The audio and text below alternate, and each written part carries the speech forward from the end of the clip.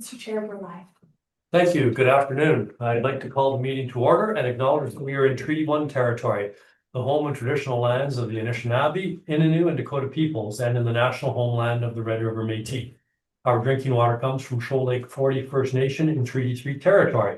My name is Ian Mann, and I will be chairing the panel today.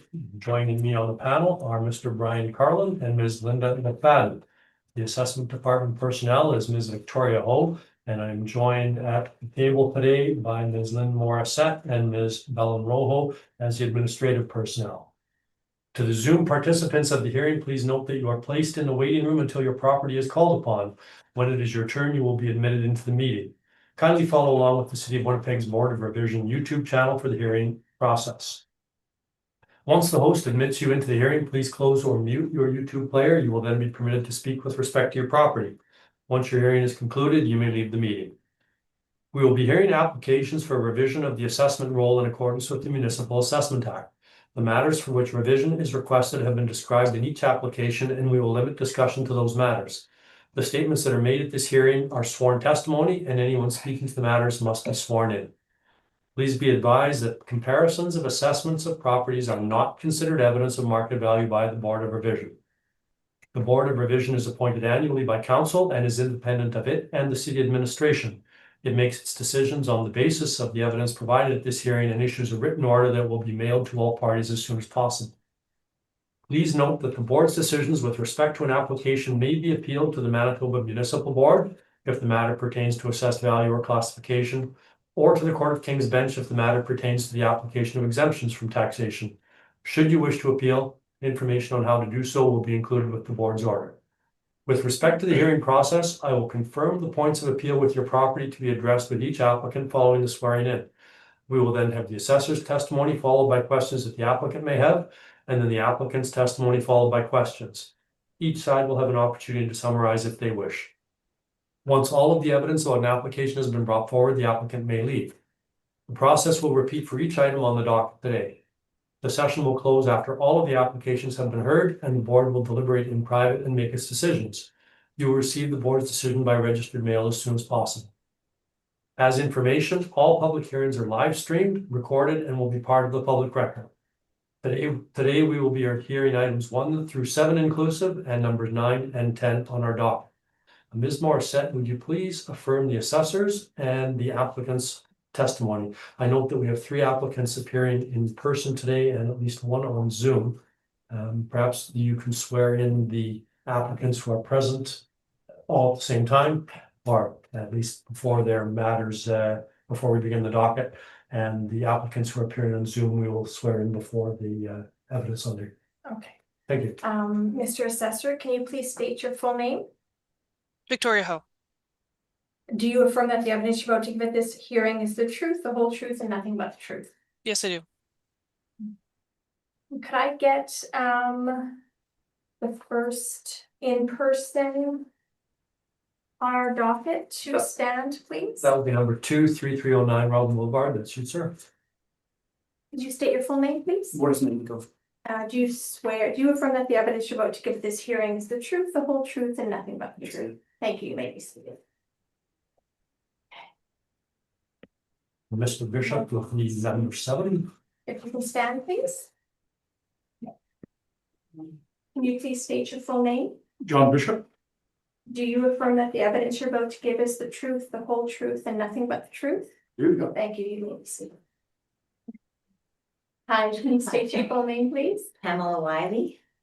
Do you affirm that the evidence you're about to give at this hearing is the truth, the whole truth, and nothing but the truth? Yes. Thank you. You may be seated. Just as an aside to start, or to give you some information about the process, the hearing process, we're going to try to deal with the matters as they appear on the docket. So if you're number 9, for example, you're going to be toward the end of the docket. At some portion of the hearings, during some of the hearings today, the panel will be going in camera, which means we'll be discussing matters in private to render a particular decision. At that time, you will be asked to leave the room. You won't be part of the deliberations. You'll be called back in when the hearings become public again. And when the matters are in camera, the live streaming will be stopped as well. So those will be the private aspects of the hearing. And we'll probably see what I'm referring when we deal with the first property. That having been said, as an introduction then, if we could turn to the first property, Ms. Ho, that appears on the docket today, number 1, street address of 382 Academy Road. First of all, I see that there are 2 owners listed, a Marion Shuchuk and Gail Sidney. Have they signed in? Mr. Chair, there is no one in attendance for this property. Okay. Yes, so can we do this one last, then we can move on to and deal with the ones that are actually in person? Okay, fair enough. That then we'll move on to number 2. I'm just going to make a note that we've stood down number 1. That way it's just, at least we save people some time, people that have been in some time that way. Yep, I'm okay with that. Number 2 then on the list is the street address of 3309 Roblin Boulevard.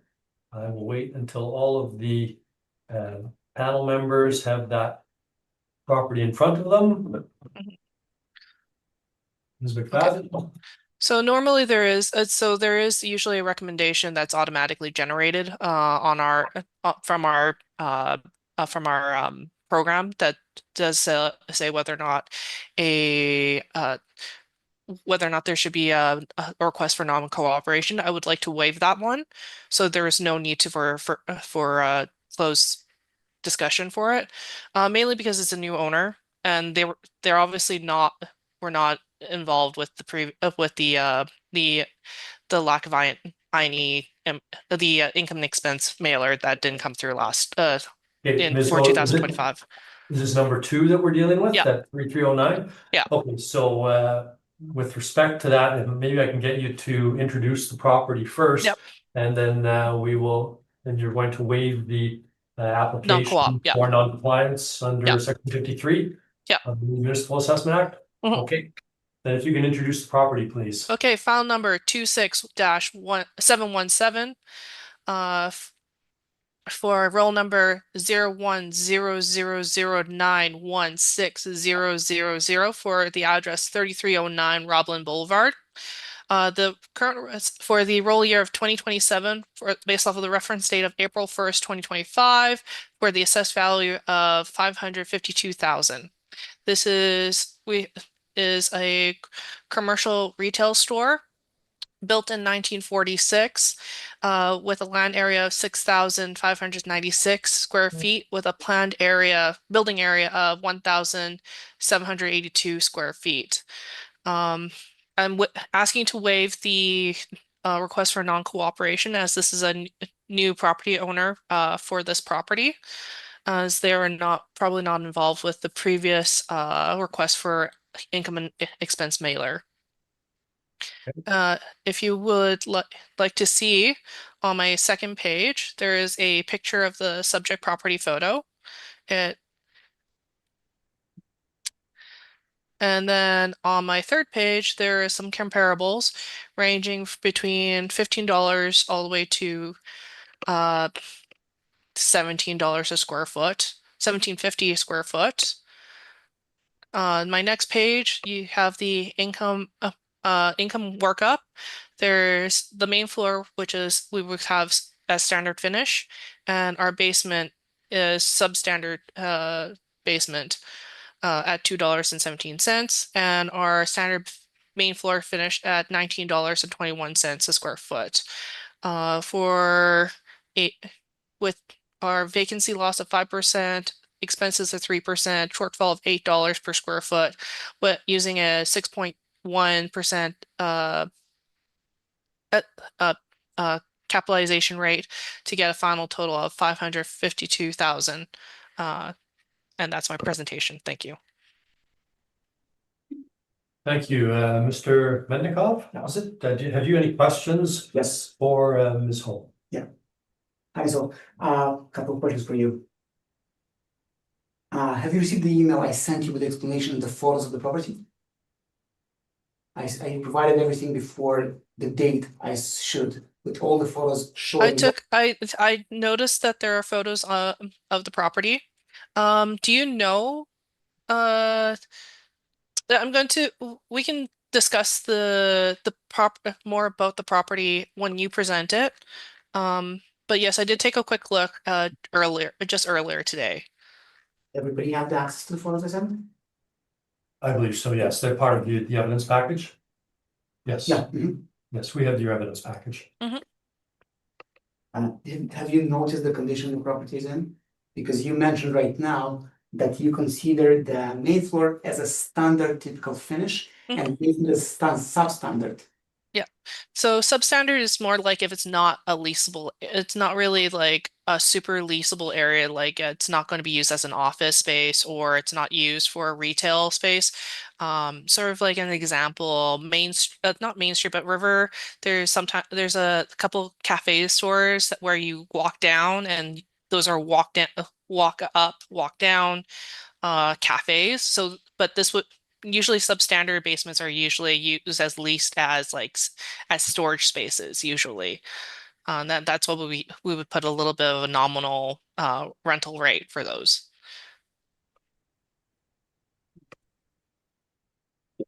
So you see the photos, I guess, that'll be part of my presentation, right? Because the basement is full craft, it's not even basement. That will be part of your Yeah. presentation. This is your opportunity to ask Ms. Holmes questions. These things. Okay.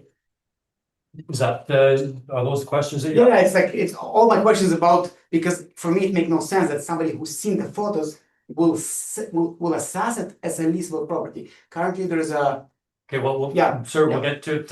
Yeah. First of all, the panel members have to get the opportunity to ask Ms. Ho questions as well. Ms. McFadden, have you any questions of Ms. Ho?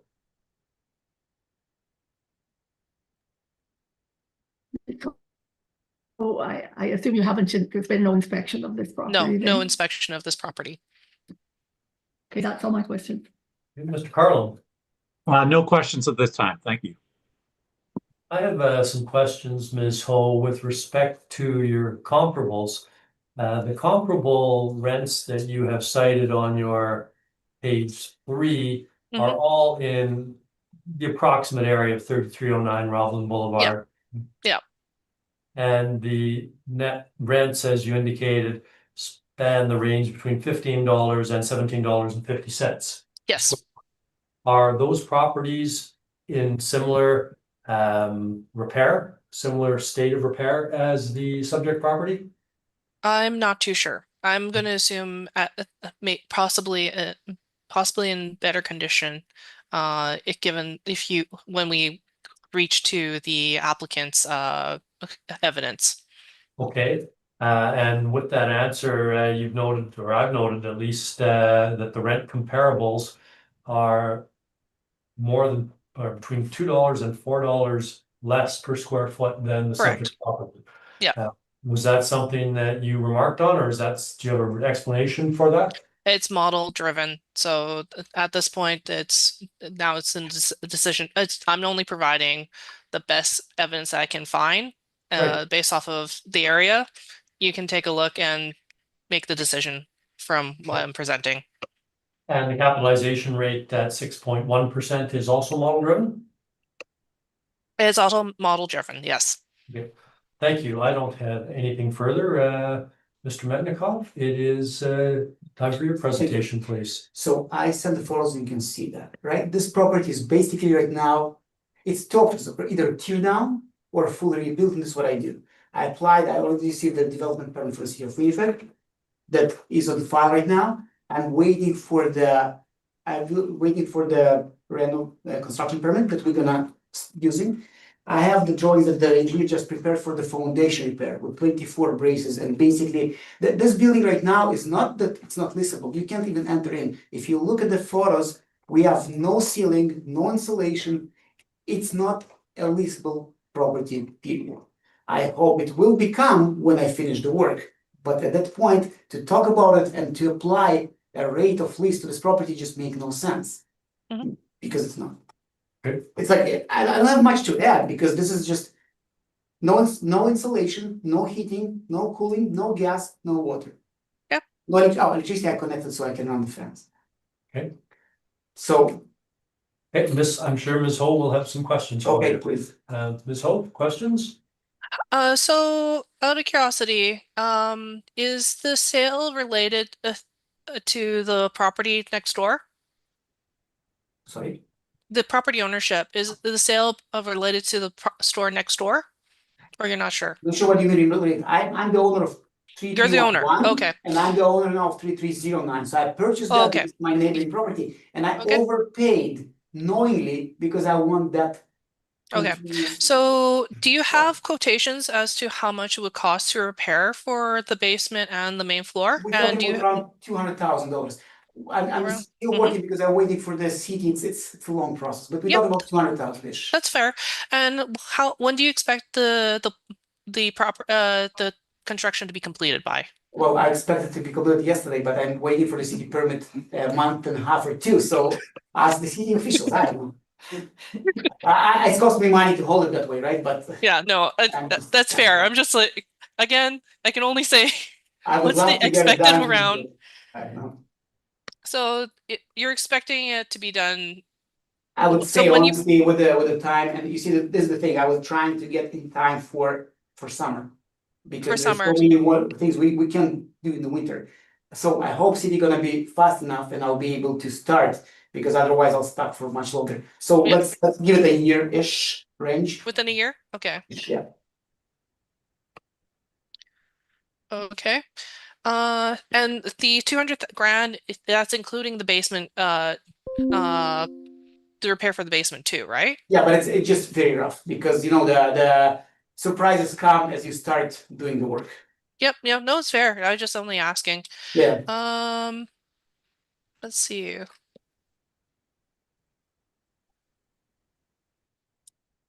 And you purchased the property when? Just a few months ago. Few It's months showed ago. April 29th, so April 29th. Okay. Okay. I have no more questions.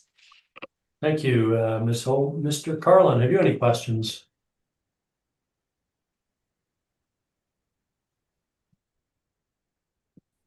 No, I don't think I do at this point. Thank you. Ms. McFadden? Questions? Ms. McFadden may be frozen. Yeah, it does look like she's frozen. I thought she was staring at me. Is that, can you tell if that's from your end or from? We'll just take a moment to see if we can resolve the issue from our end.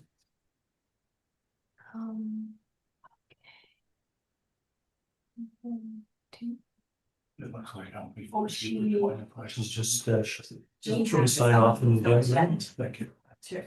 We shall come back, maybe go into recess while we wait for her to return. Okay, we'll take a short recess and hopefully short recess while we attempt to resolve the technical issues. So we can go at once.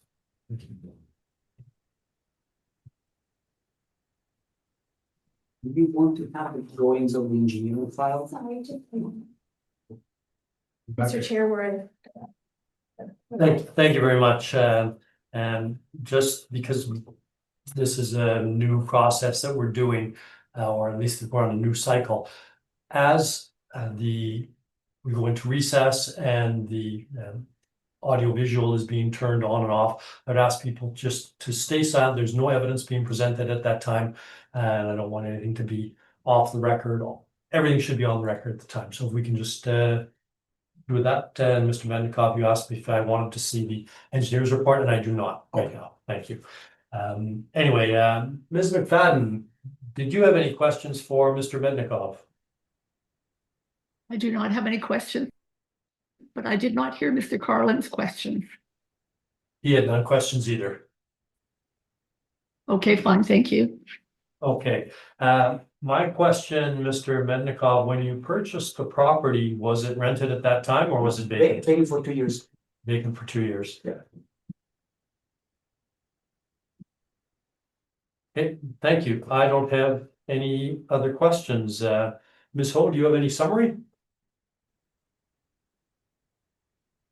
You were muted, but I assume that was a no, you don't? No summary. Sorry. Thank you. Mr. Mendikov, any summary? I don't think so. Okay, thank you. Then, having heard the evidence, we will be deliberating later on this matter. We will mark this as complete and move on to our next property, which is at 3311 Roblin. Ms. Ho, can you please introduce that property? So at file number 26-629 for roll number 010009155500 for the address 3311 Roblin Boulevard. Roll year is 2027, reference date of April 1st, 2025. The assessed value of 521,000. This is assessed as a retail store with 2 buildings. That's 1 story, built in the range of 1947 to 1977.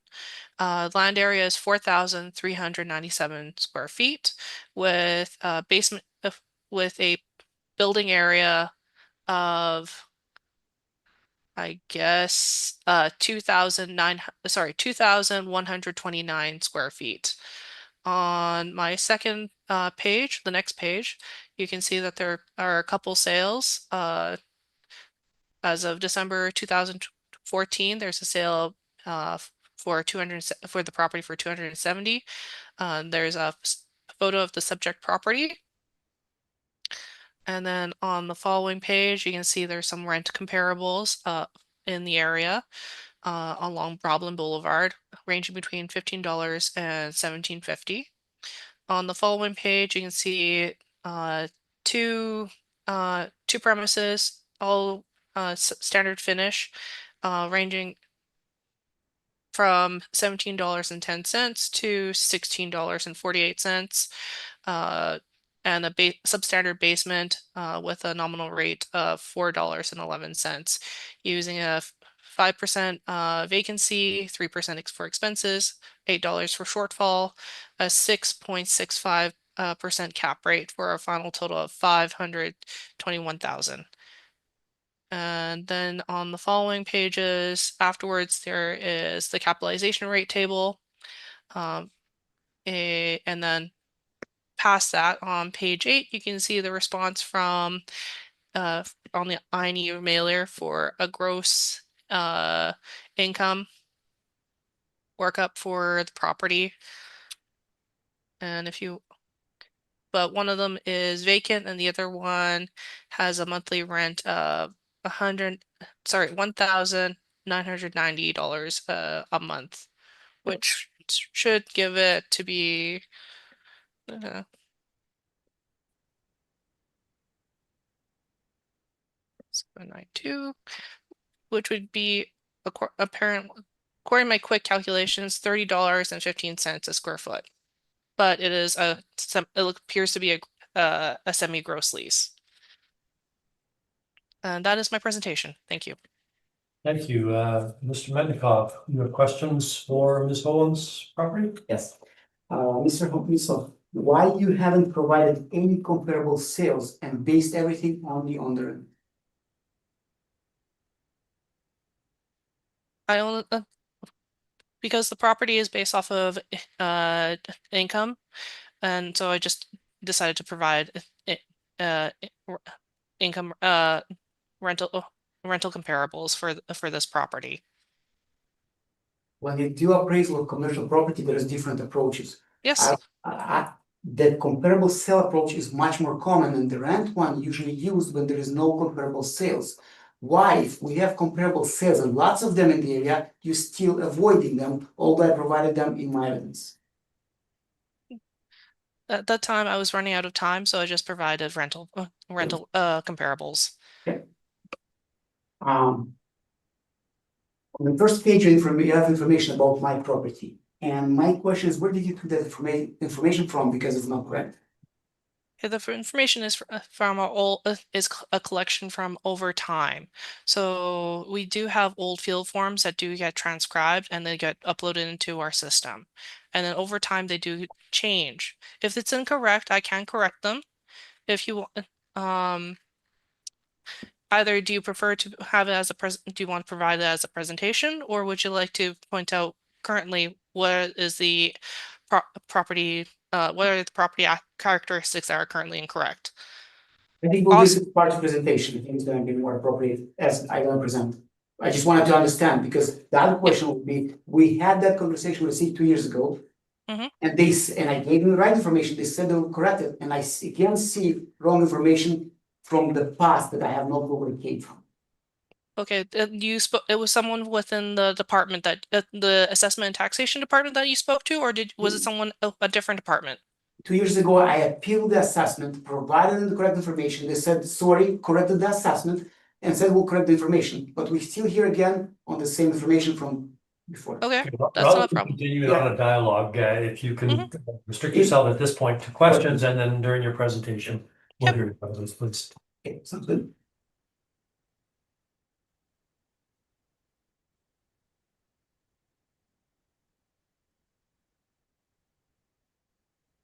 Why do you show, and we will get to that, but why do you show different information in your pages? So I'll give you an example. Mhm. On the first page, you show that the plant area square footage is 2,129. That's the planned area. That's what we Yeah. have recorded, Yeah, yes. but then if we go to your page number 4. Yep. You have two spaces, 790 and 1230, which is 1990, which is like 150 square feet less. So you have two different numbers. Sorry.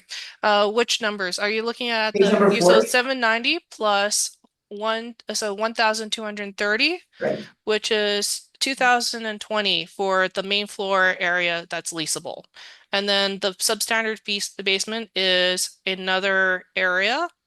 If you add that, there'll Yeah, be no. 3,294. Yeah, I'm not talking about Yes. basement area, I'm talking about the fact that you Okay. have plan area on the Yep. first page of 2129. Yep. And less when you summarize what you have. Yes. So the planned area is usually including wall areas. Yeah. Premise areas are usually what is leased between between landlord and tenant.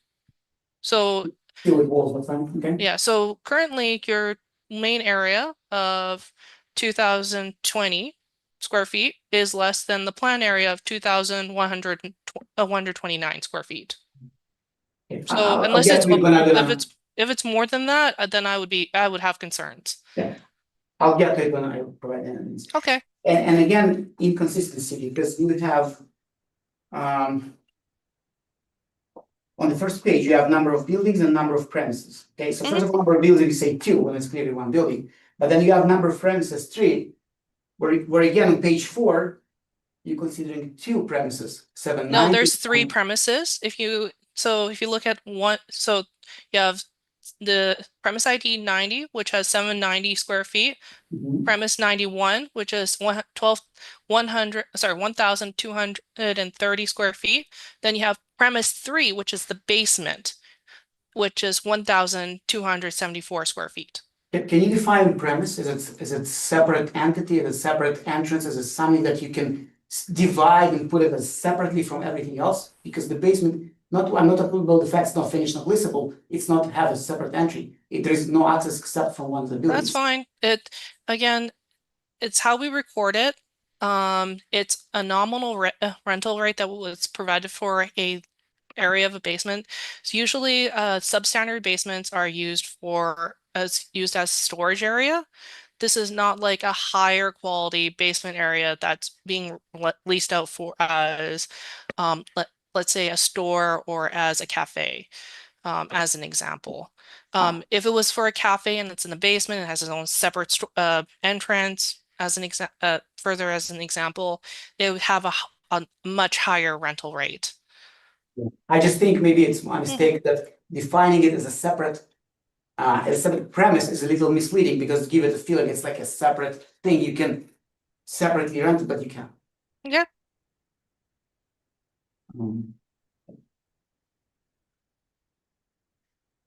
Well, we'll get to that. So.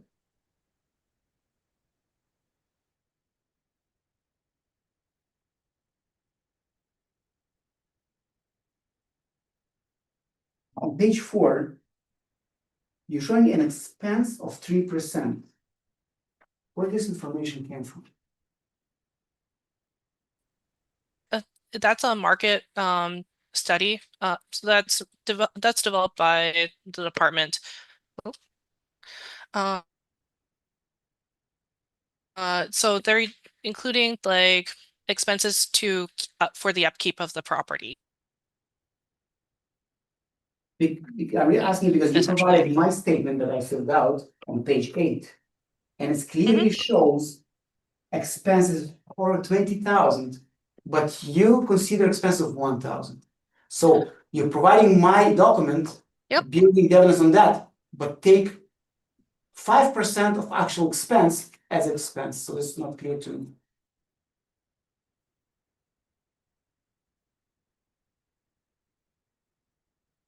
Just used for all for specific for general property types. That's not So general. if this is for that's used for commercial retail stores, all commercial retail stores all have like the 3% or the 5% vacancy loss put into them. That's just that's what we put in for the model for the It's market not rate. vacancy, it's expense. It's not using it specific. We're not using specifically your income and expense, your income and your expenses specifically.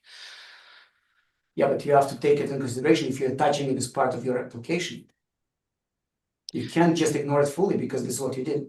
Again, we're just trying to equally try to apply what would be market, assuming it's at average condition and it's also with correct characteristics. No more questions. Thank you. Ms. McFadden, do you have any questions? I don't have any further questions. Mr. Carlin, have you any questions? Yes. Ms. Ho, you haven't seen this property? No. No. Just from the photos, I'm kind of confused because it suggests there's two premises plus a basement. Yep. There's basically looks like there's 3 tenants, so based on the signage out front. Yep. But only 2 entrances. Yep.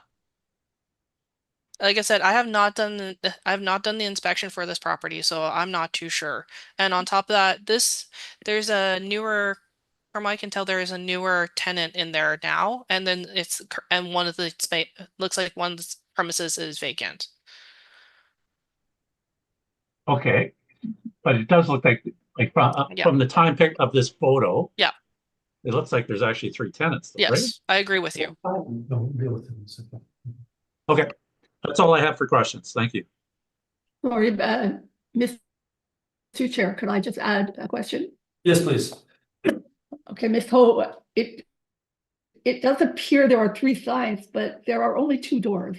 Is that correct? Correct. Which implies that there are only 2 premises rather than 3. Again, it could be Like one might be shared. One may be shared. Yes. Yeah. Okay. Thank you. That's all.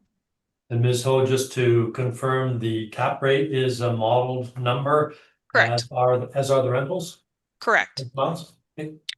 Thank you. Mr. Mednikov, your evidence, please. Okay. Thank you. I will try to relate to different things that you said. So first of all, I want to go to page number 1 and show what information is wrong.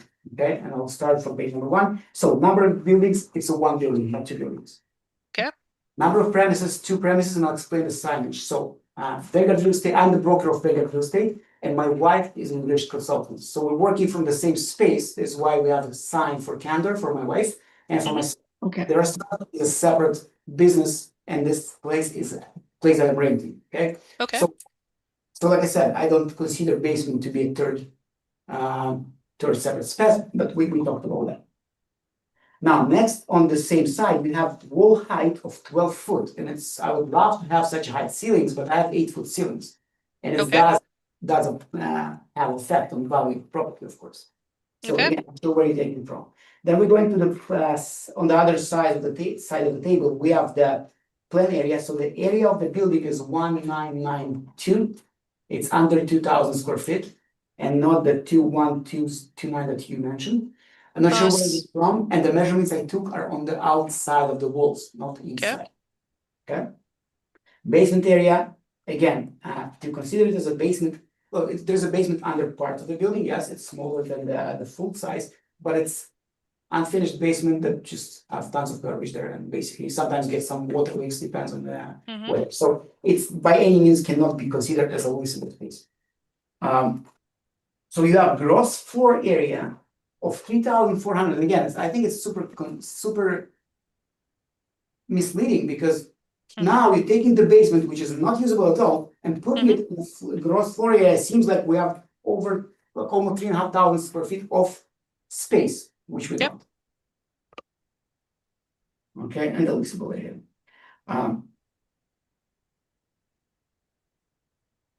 Next, I'm gonna go to next.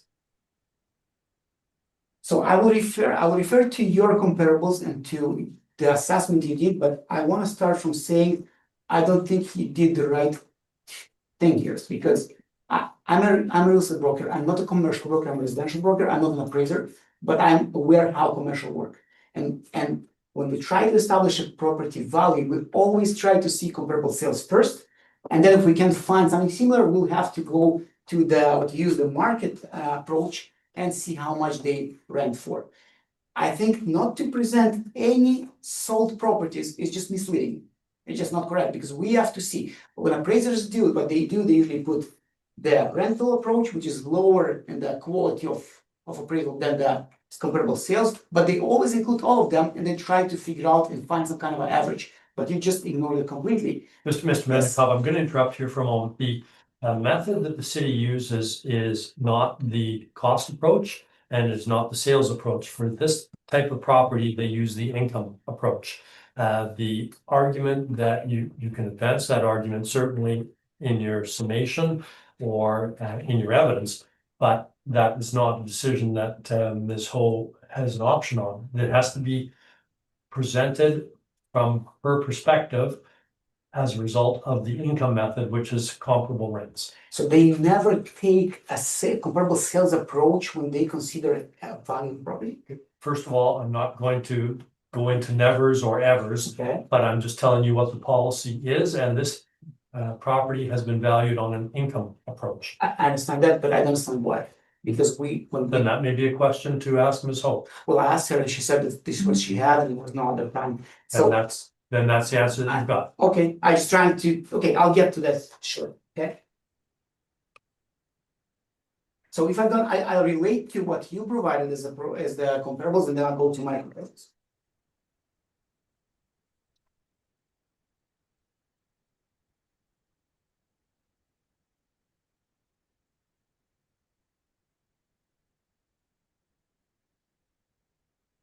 Okay.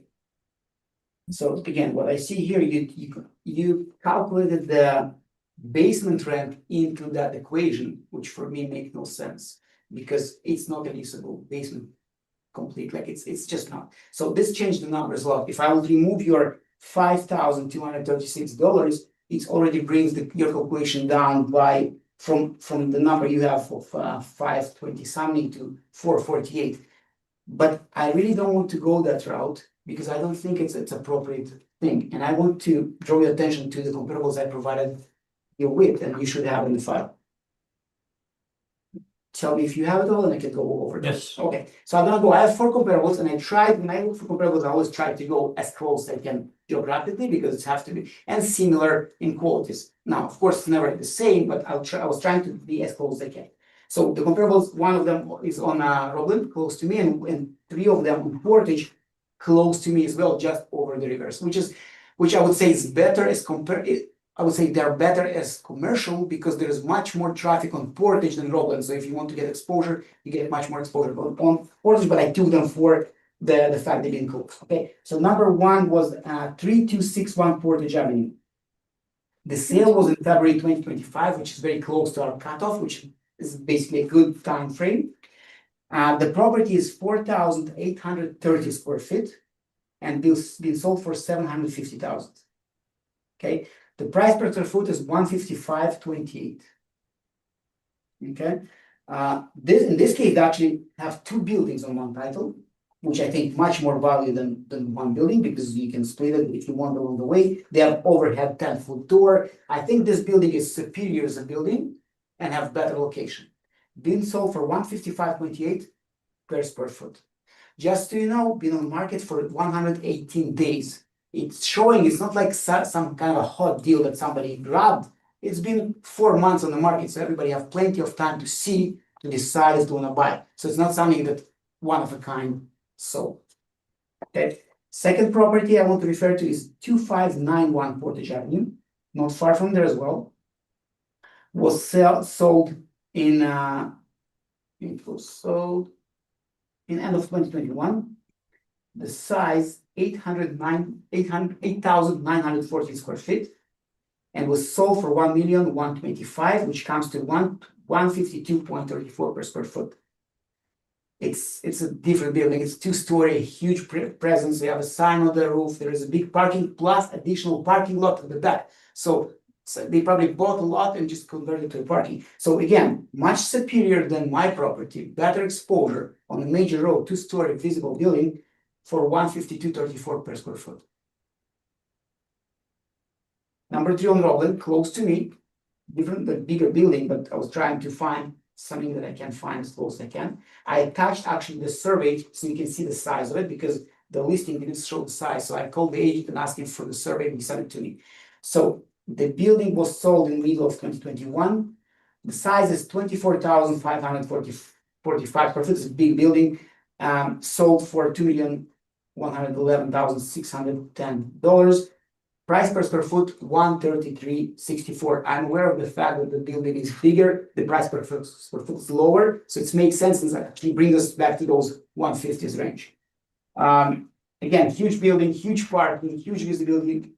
You can, this is much better than me, but you can see price per square foot. And the last one on Portage, again, not far away, sold in start 2021. The size, sorry, that is 3004 Portage Avenue, size 5,988, almost 6,000 square feet, sold price 1,150,000, which comes to 192.05 per square foot. This is the most expensive one. They show in the ad approximately 50,000 vehicles in a day. On my location, you can actually see it from the ad of Roblin. Daily average traffic 16,000. So there is 4 times more traffic. This building had a huge billboard on the property that belongs to the building. Just the billboard costs tons of money and it's included in the sale. So again, I'm showing you that the price per square foot is between 130 to 190, which brings us to about the average actually 158 per square foot. And if you take my size and multiply it by 158, you'll come to a price of 315. Now, we can play with it a little more, a little less, but I'm telling you, all of those buildings are superior to mine and in better location than mine. And we're coming to around 300,000, comparing to similar properties, similar space that is sold in the last few years. So this is how I built my evaluation of property on, and not potential rents that I might be able to charge while I'm not even charging them. I think that's pretty much it. Thank you. Ms. Ho, do you have any questions? So can we just, I hate to make you repeat it. Can you provide me the areas again for your property? I had you said it was around 2,000 something? Sorry, I don't understand the question. Can you repeat the areas for your building? So Oh, I can, size. yes, Okay, yeah, the sure. size. Sorry, My building is 1,992 square feet.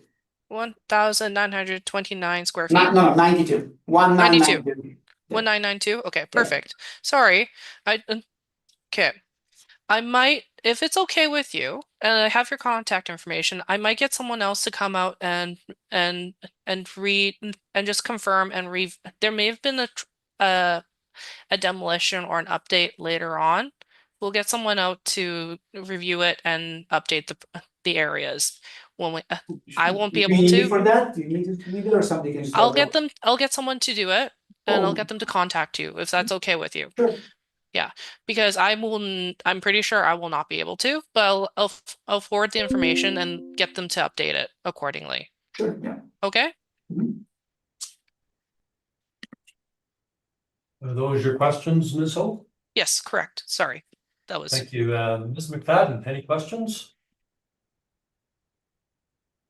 So the comparables that you provided, number one and number two, I believe are both post-reference date. They were actual sales that took place after our reference date. No, Am I correct about that, Ms. Hope? no, our reference date is Should be April April 1st, 2020. 2005. 25. I'm February. 25? Yes, Yeah. 2025. Okay. Okay, all right. That's all my questions. Thank you. Thank you, Mr. Carlin. Yeah, thank you for those sales comparables, but yeah, I have no questions. My question, Mr. Mednikov, is current tenants. You are a current tenant and your wife is a current tenant? And is there any other like arm's length tenants? So we have the raised rented to the coffee, to the fast food place. Yep. This is the tenant, and me and my wife are in the office space, the bigger office space we use for our business. Okay, and the fast food tenant is who? It's Thai, Sassy Thai right now. It's not the Joe Coffee Bar they left 2 years ago. So it's all pizzeria. Okay. And how long have they been tenants? 2 years, 2.5 years-ish. And what rent do they pay? 19,990. Okay, and how much is that per square foot? Or is the lease one that is divided up into by square foot, or is that just the lease It's just for like that property? I said it's gonna be under $2,000. Well, the GST they have to pay this. Okay, okay, thank you. I don't have anything further. Ms. Ho, any summary? No summary. Thank you. Mr. Mednikov, any summary?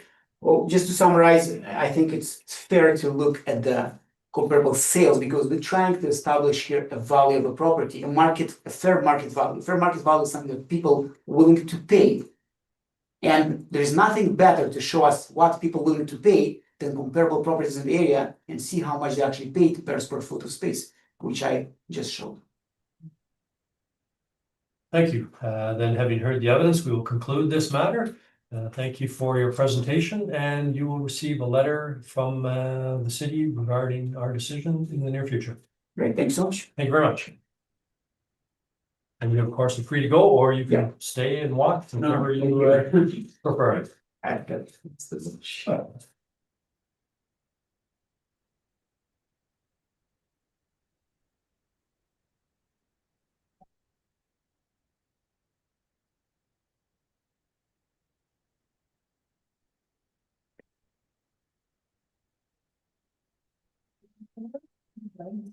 Yes, that's Ms. Saban.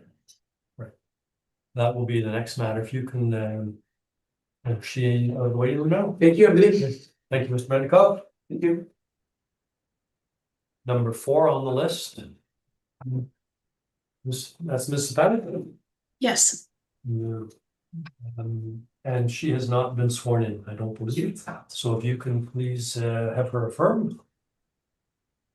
Ms. Lebanon, can you please state your full name? Susan Sapanic. Do you affirm that the evidence you're about to give at this hearing is the truth, the whole truth, and nothing but the truth? I do. Thank you. Ms. Ho, this is the file street address of 14 Alpine. If you could please introduce the property and provide your evidence. No problem. So file number 26-499 for the roll number 080021532200. Address is 14 Alpine Avenue.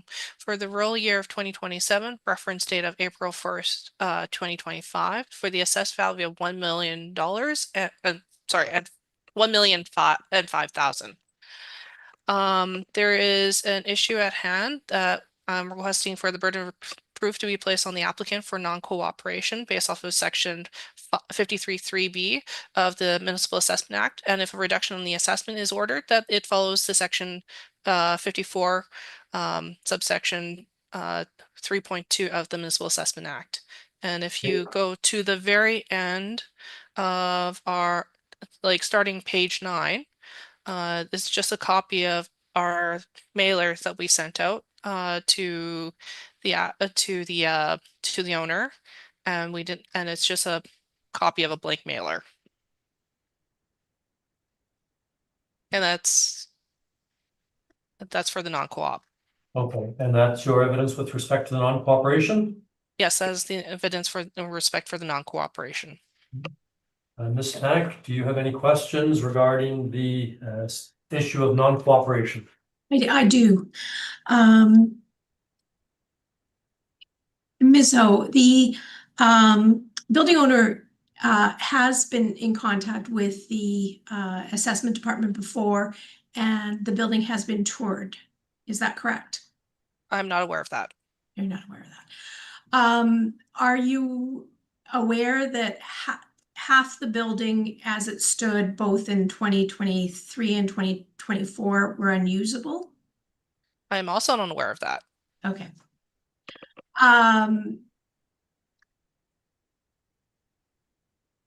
Those are my questions. Mr. Carlin, have you any questions regarding the non-cooperation? No, I do not. Thank you. Ms. McFadden? We usually provided with evidence that request for information was received by the owner. So just to let We you know, don't have that in front. so I believe in this particular reassessment for this, I think for the 2024 income and expenses, there is no tracking provided. So from this point on, I'm just going to be presenting essentially this. And you should be expecting that for everybody else. Okay, thank you.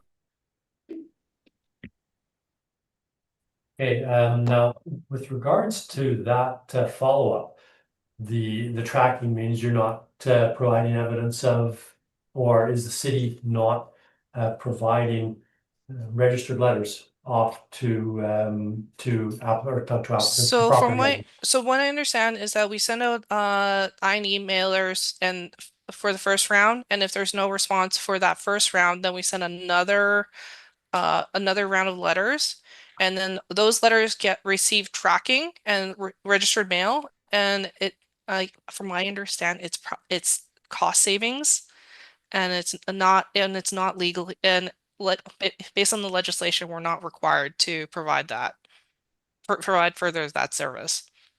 Okay, so this letter that was sent April 8th, 2025, the address on Gertrude is not Alpine. Where did that address come from? 301-394. That's from what I understand from taxation. So that's the letter mailed out to the owner. That's what they're using for their tax billing. Okay, and the owner is a Manitoba numbered company. I'm not going Correct. to read it out right now, but that numbered company, and that was identified how? From LTO, from land titles office.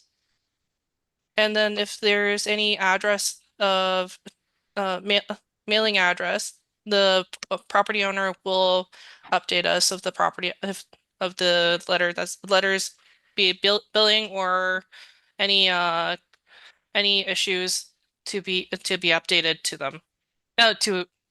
Sorry, I can't even talk. They'll send us a mail. They'll update us the address that they would like their mail sent to. And from what I know, we have not received any return mail from this address. Okay, and my last question relates to the previous request letter that you've included in your evidence, the date of April 11th, 2024, request letter sent. The response received is blank. Does that mean there was no response, or it just was not material to the evidence? Sorry, where is it? Oh, sorry, on your page, it's top of page 2, request for income information year 2023, request letter sent April 11th, 2024, no indication of response received, and then 2024, your request letter sent April 8th, 2025. There's no response, no. Okay, so no response from either of those? Yes. Okay, thank you. I don't have anything further. Ms. Panic, your evidence with respect to the non-cooperation. So this building has experienced several years ago a significant roof leak that rendered half the building unusable. The property owners had several discussions with the assessment department in the past They had come through, inspected the building. We had talked to them about the fact that their the income and expense questionnaire would not be useful given the circumstances the state of the building was in, and that is why the property owner did not mail it in, because the information would not be usable. Okay, Ms. Ho, any questions?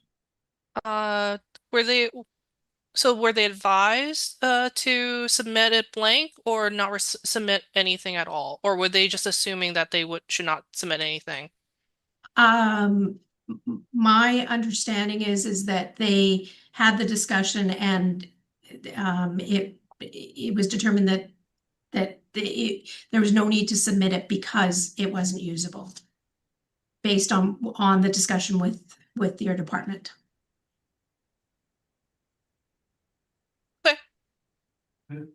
Mr. Carlin, any questions? So we don't have any evidence in the assessor's department of this interaction at all? I did not provide it in my for this property. So, and like I said, I was not aware of it.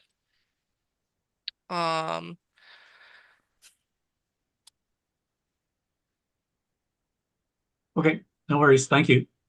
Ms. McFadden?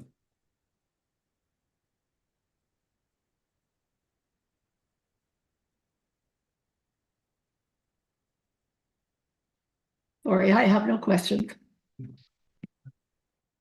I have some questions, Ms. Sapanic, about the conversation. Did you have that conversation, or was that the owner or the representative of the owner? I believe it was the representative of the owner that had it, so unfortunately I don't have the direct. Okay, so you don't have that. Do you have the name of the person with whom the owner spoke?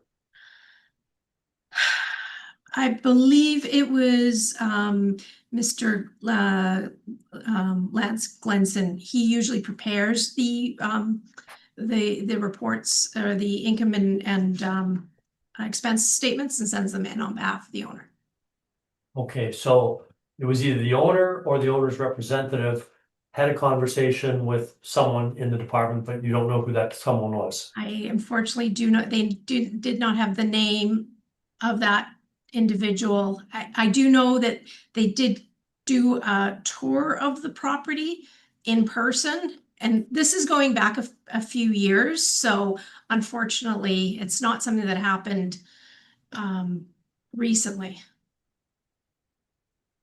Okay, thank you. I don't have anything further. Can we please go in camera? I mentioned earlier on about going in camera, so we'll be deliberating in private. And if we can go offline, please, for the deliberations. We're live, Mr. Chair. And Ms. Panic is back, Ms. Ho is back. Thank you for the recess. We have deliberated and considered the evidence, and the non-cooperation request will be allowed. The appropriate request for information was made pursuant to section 16(1) of the Municipal Assessment Act. The application with respect to the the application and the onus will shift to the applicant on this, as there was not any evidence that there was the appropriate evidence was forwarded as required by the Act. So, Ms. Sapanic, if you will proceed with your evidence, please. Thank you. So the subject property is located at the south side of Alpine Avenue, immediately adjacent to the Travelodge Winnipeg East. Up until 2025, the building had a rentable area of about 18,500 square feet. But the retail shopping strip, which is on the north side of the building that wasn't there, as I alluded to earlier, had extensive water damage. As a result, 9,000 square feet was demolished in 2025, and I've attached as Exhibit A a copy of the demolition permit, and Exhibit B shows you a picture of the building facing south before demolition, and then after demolition is the one that is below. So currently the property consists of mixed use, retail, warehouse, and office. It has a rentable area of approximately 9,500 square feet, 5,662 square feet on the main floor, and 3,875 square feet on the second floor. I will note that there's no basement area on this. The basement was in the part that was demolished. The second floor office space is accessed through the side of the building up a steep set of stairs and is not air conditioned. So I have put that as a Class C office space. The building itself was built in 1969, and then the two-story addition was made in 1985. And currently half the building is vacant other than some discarded items. The only occupied space is a small sales area of about 280 square feet that's the beer vendor, and some warehouse space that's in fair condition. I've attached at Exhibit C of my presentation photos of the front of the beer vendor, the sales area of the beer vendor, along with photos of the warehouse space used by the beer vendor, the vacant warehouse space that just has some discarded items, and the vacant second floor offices, which again just has some discarded items in there.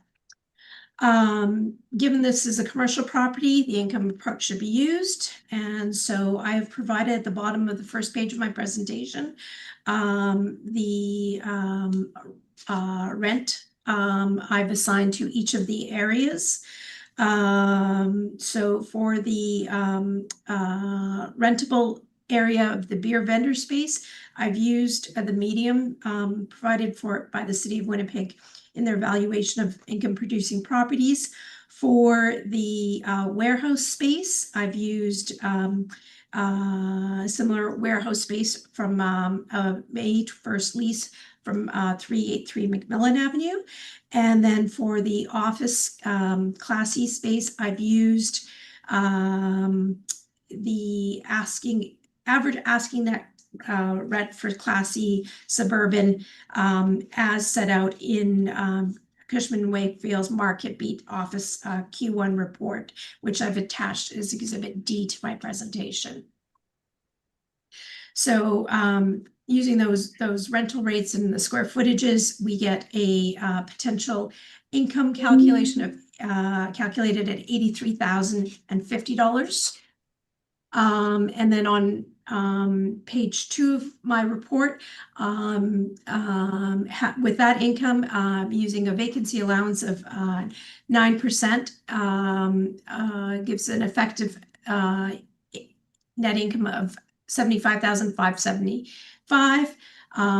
Using the vacancy and non-recoverable set out in the City of Winnipeg's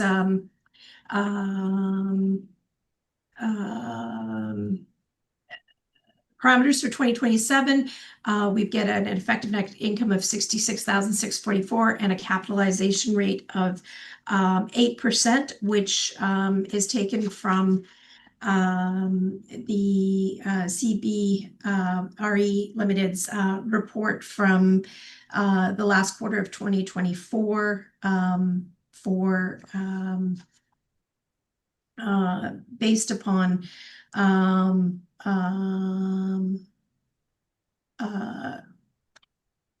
mix of industrial and retail property because of the warehouse. We arrive at an assessed value of $831,000. Thank you. Ms. Ho, questions? I'm not sure of the exact date, but it was completed shortly after the permit was issued. And do you know when the damage occurred?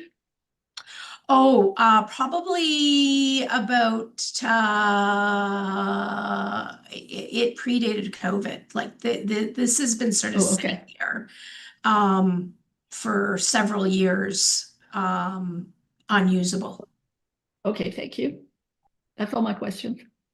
Thank you, and I don't have any questions. Ms. Ho, your evidence, please. Amazing. Give me a second. I'm trying to close my calculator. Okay, so back to me. So we have it coded as a retail store. We have it recorded as one building, unfortunately, with 2 premises, 1 story. I don't know why. I'm sorry. It's with actual year built of 1969 and the area of 34,244 with the total planned area of 14,940 with a little bit of basement area, which is 640. If we go further down past my page 3, this still is an old photo from Google Maps. And if we look at my page 4, there's current comparables of properties in the area, but it's on Long St. Anne's. And then we have the income workup for the property on page 5. However, if you notice, we have it all assessed as storage mezzanine for both premises, and we have a vacancy loss to take in consideration of the chronic vacancy that this property has at 12%. I think what we have for model is 5% instead. And the overall capitalization rate for this property is 7.85%. Now that there is a change in the property that now I'm made aware of, the areas, because of the characteristics are incorrect, the areas will be corrected for a new value. But however, not that we're uncertain as to which areas, which part of the property has been demolished. I'm going to assume possibly it's going to be the one with the portion of the 14,000. However, I cannot ascertain that. And the demolition was done as of September 2025, we're going to assume. Okay. So just to make aware that the value will be changed further for the 2025 assessment and 2026. As for 2027, I cannot place forward a recommendation or to adjust for the new I can't put forward a recommendation just because I'm not certain as to which part of the demolition it's taking apart to. And that's my presentation. Thank you. Thank you. Ms. Panic, have you any questions?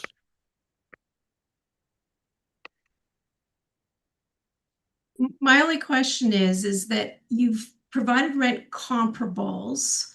Are those comparables storage and mezzanine? I don't think so. Okay.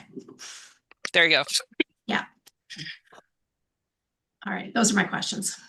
Thank you. Ms. McFadden, any questions? I don't believe I have any questions. Thank you. Mr. Carlin? I have no questions. Thank you. I just want to confirm one thing, Ms. Ho, that you alluded to. Are you advising us that there is going to be a supplemental report prepared or a supplemental There would comparative be for this? yes, there would be a supplemental assessment just for it that will be coming through. Yes. Okay, Given that there's been a change of characteristics to the property, there's a demolition, therefore the property assessment will change. but you can't tell us when that will be forwarded? Okay, thank you. That's my only, I guess, clarification anyway. Ms. Panic, any summary required? I do not. Ms. Ho? Nope. Thank you. Then having heard the evidence, we will conclude this matter. Thank you, Ms. Sapanic, for your presentation and the information provided. we will turn to the next matter on the list, on which there is representation, and that will be number 7, I believe, at 1459 Corden. Does anyone need a break before we? Ms. McFadden, Mr. Carlin, Ms. Ho? Does anyone need a If break? you need a break, go for it. Okay. Let's take 5 minutes. Perfect. 5 minutes. So if we can go Okay, up thank on- you. Thank you. Thank you. I'd like to call the meeting back to order, please. And if we could turn to number 7 on the docket today, that is street address of 1459 Corden. Mr. Bishop is appearing here on behalf of the owner, or is the owner. The issue here is valuation, and Ms. Ho, if you could please introduce the property and provide your evidence. Sure.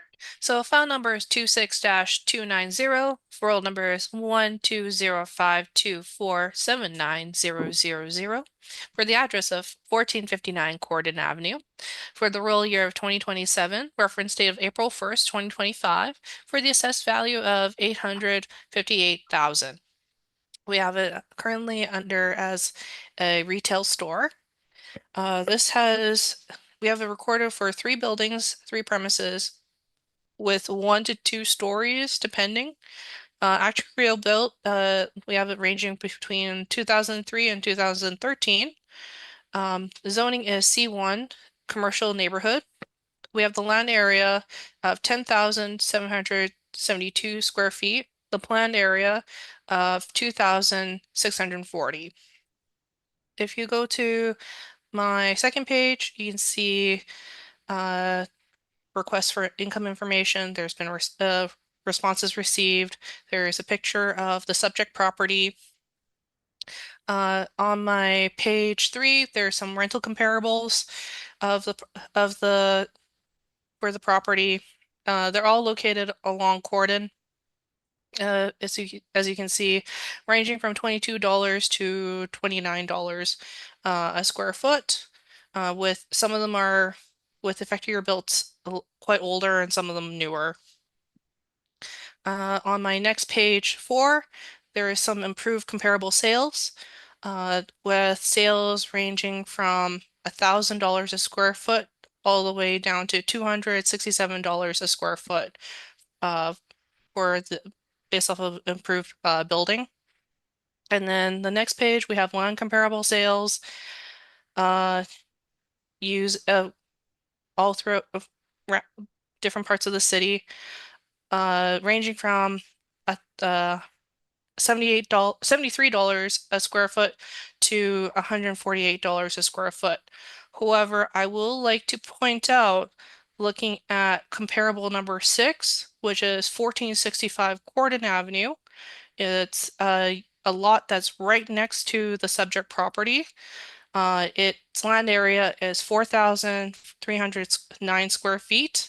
It has the same zoning, and it was sold in May 3rd, 2021 for $640,000 at $148.53 a square foot. And then you can continue on and we can see my income workup for the property. So we have standard finish storage mezzanine. I believe that one is placed in a nominal one square foot. I guess someone did a review and tried to take away the area. And then another standard finish. So there's 3 premises there. So, and then we have a vacancy loss of 5%, expenses 3%, $8 per square feet for shortfall, and with an overall capitalization rate of 6.3% to develop the income value of $858,000. Now, if you continue on with past the capitalization rate table, the Municipal Assessment Act excerpt, you can see that there's the response from the owner. So there's Spa Botanica, Willow Tree, which is all I guess it's a semi-gross lease that occupying this property. And that's my presentation. Thank you. Thank you. Mr. Bishop, questions for Ms. Hull? Yeah, in your rent comparables, you indicate 1438 Corden Avenue.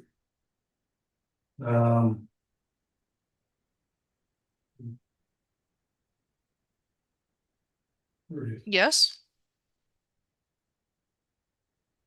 That it's $22 a square foot, but when I went on the business details of the city of Winnipeg, the ARV was 27,000. Or I'm sorry, indicates 19,500. It gives it a $16 a square foot, but here you indicate it's $22.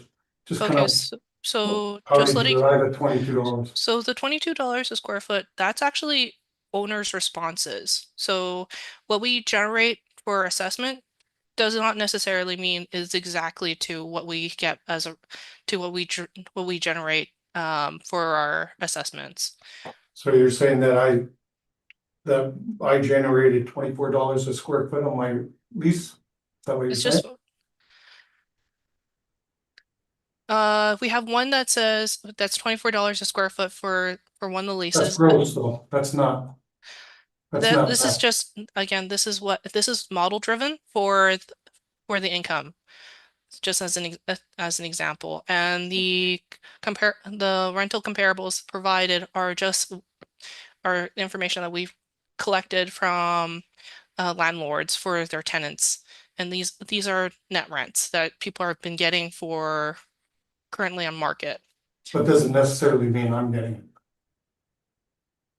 it. If you were not necessarily, but you could get it if you try to get new tenants for as of April 1st, 2025.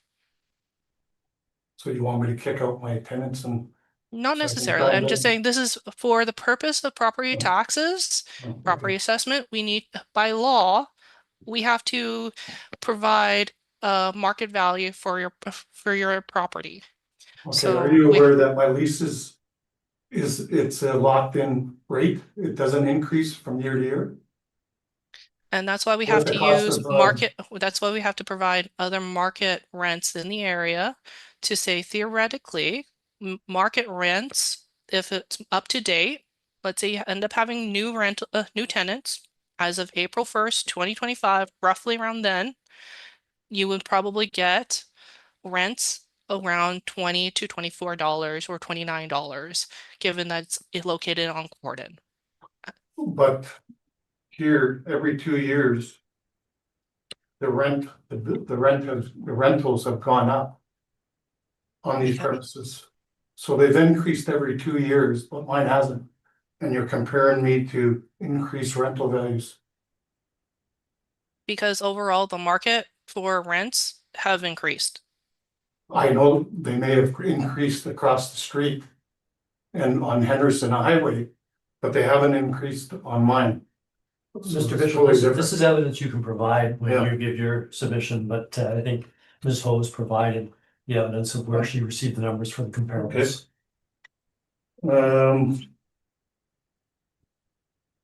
Comparable sales. Can you kind of give me what's the difference between a C1 zoning and C2 zoning?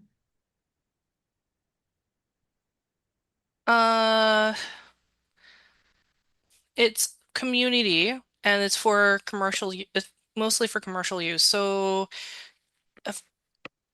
there's really not too much of difference between the two of them. I believe it's just I believe it's which one you can do more development. I believe C1 is the superior one between C1 and C2. Oh, so the property at 1700 Corden, which is how big here? Where is it? Oh, I'm sorry, that's not the one there. 1700 Corden Avenue. Where are we here?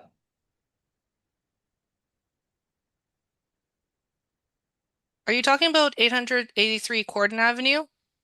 No, I'm talking about 1700 Corden. It's zone C2. I don't You're have, saying it's very comparable to C1, but yet it's a humongous strip mall. It's probably 15,000 square feet, if not bigger. What page are you referring to, Mr. Bishop? Yes. I'm trying to find I it, don't, but I don't have some- I don't have a 1700 Corden. I have 883 Corden on my page 4, or Oh. I have a 1465 Corden on my page 5. It's here somewhere. So Sorry, I'm seeing a 100 Corden on page 3. 1700 Corden, there it is. Yeah, so this is a strip mall. It's a C2. And I don't have the actual size, but I took a picture. Okay. I've given you pictures of 1700 Corden. You should have it, the board. that's the rent comparable though, is it not? No, I'm showing you exactly what the building, how many units are in this strip mall. It's like the Well, C1. So are you saying me that the C2 is compatible with C1? Are you comparing me that strip mall to a C1 location? Would that be allowed in a C1 location? because you can still develop them for commercial use. You can For also that- develop them for as an apartment too. I'm only providing a a a just a range just to give you an idea that whether or not the property assessment is fair or not, and what the market looks like at a snapshot. So that's being fair comparing me to a C2 location that has 30 units in it. When there's comparables right across the street. You're also being so for rental comparables, you're also being I'm also providing rents on 1817 Corden, 949 Corden, 743 Corden. No, I'm not talking about rental. I'm talking about land. Yes, but so if you're looking at land, you're going to have to look at my page 5. And I don't have a 1700 square foot. I don't have 1700 Corden. No, you don't. No, I'm sorry. No, I don't. You have it under rental comparables. But there's Exactly. like- So what's the difference between driving to a location, specifically to one location to shop? Or where you can park the car and then you go to Vault, there's about 20 restaurants, shopping centers. And that, is there a difference in value when people are looking at purchasing property? So there is going to be a different type of investor who will buy a larger type of property. So let's say a larger portfolio. Obviously, so there you have a small, medium, and large investor and they're looking at various for very specific, very different properties. So if you have a property that's probably worth under $1 million, then you are looking up a large property investor would be looking at something different. Then.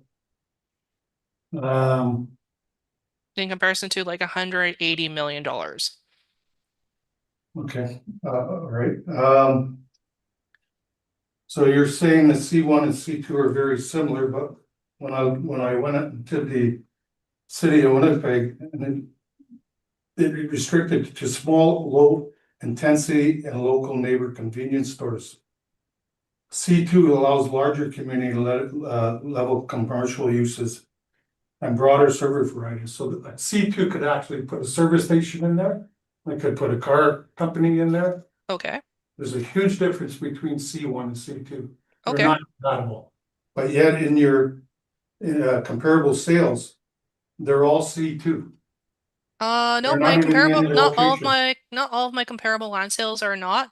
So, so if you look at my page 5, my comparable, there's zoning. So yours is C1, but comparable 1, comparable 2, comparable 3, comparable 5, they're all considered residential multifamily. So the restriction for that, it has to be used for just as an apartment, or if you really want to make a large house.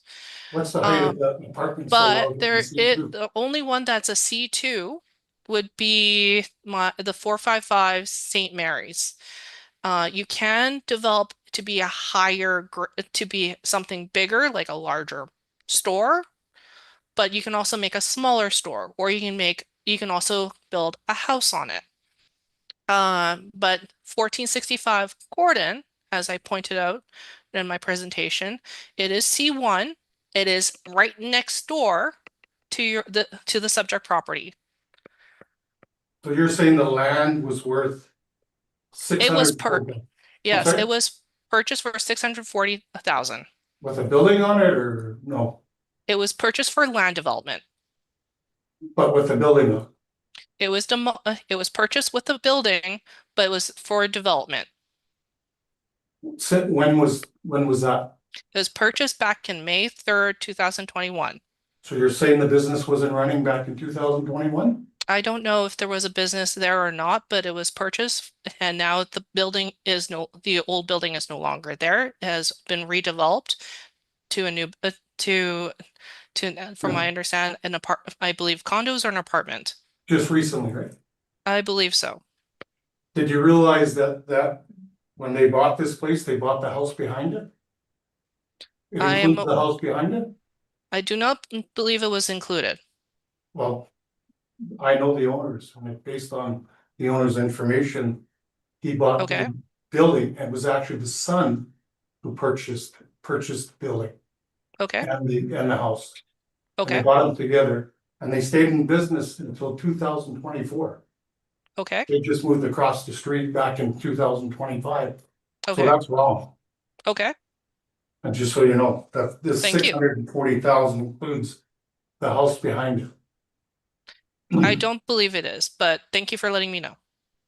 Well, you might want to check on that. Thank you. I'm just kind of curious what you think my land is valued at. I do not know what your land is currently valued at. I'm just providing that currently the property assessment, I'm just providing evidence to support the property assessment currently. I think currently, based off of the rental comparables that I provided and the improved sales that I've provided and the land comparable sales that I've provided, that your property is supported. Okay. You have another property at 883 Cordon Avenue. I believe that was in the land, their sales comparables. 883 Cordon Avenue, that's under the improved comparable sales, yes. Now you have 869 square feet. Yes. That's for the building area. Okay, so that's $747 a square foot they bought this for. Okay, I have a picture here that I forgot it was supposed to go in with the other pictures. Yes, Okay. Would you be okay if I show a picture of the building?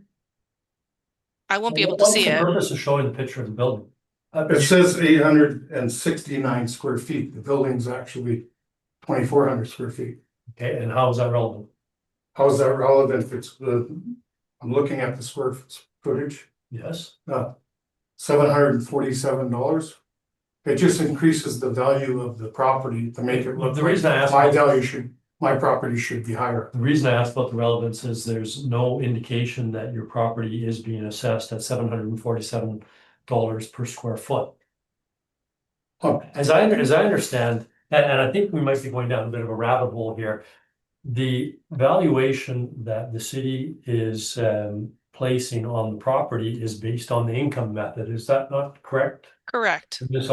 So the land sales and the improved land sales are for comparative only.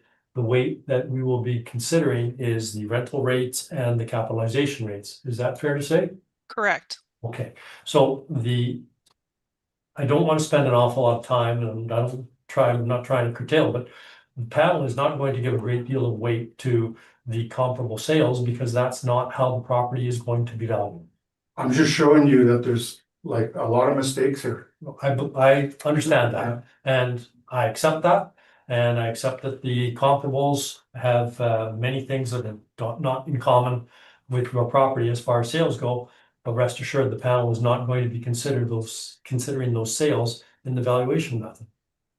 Okay, sounds good.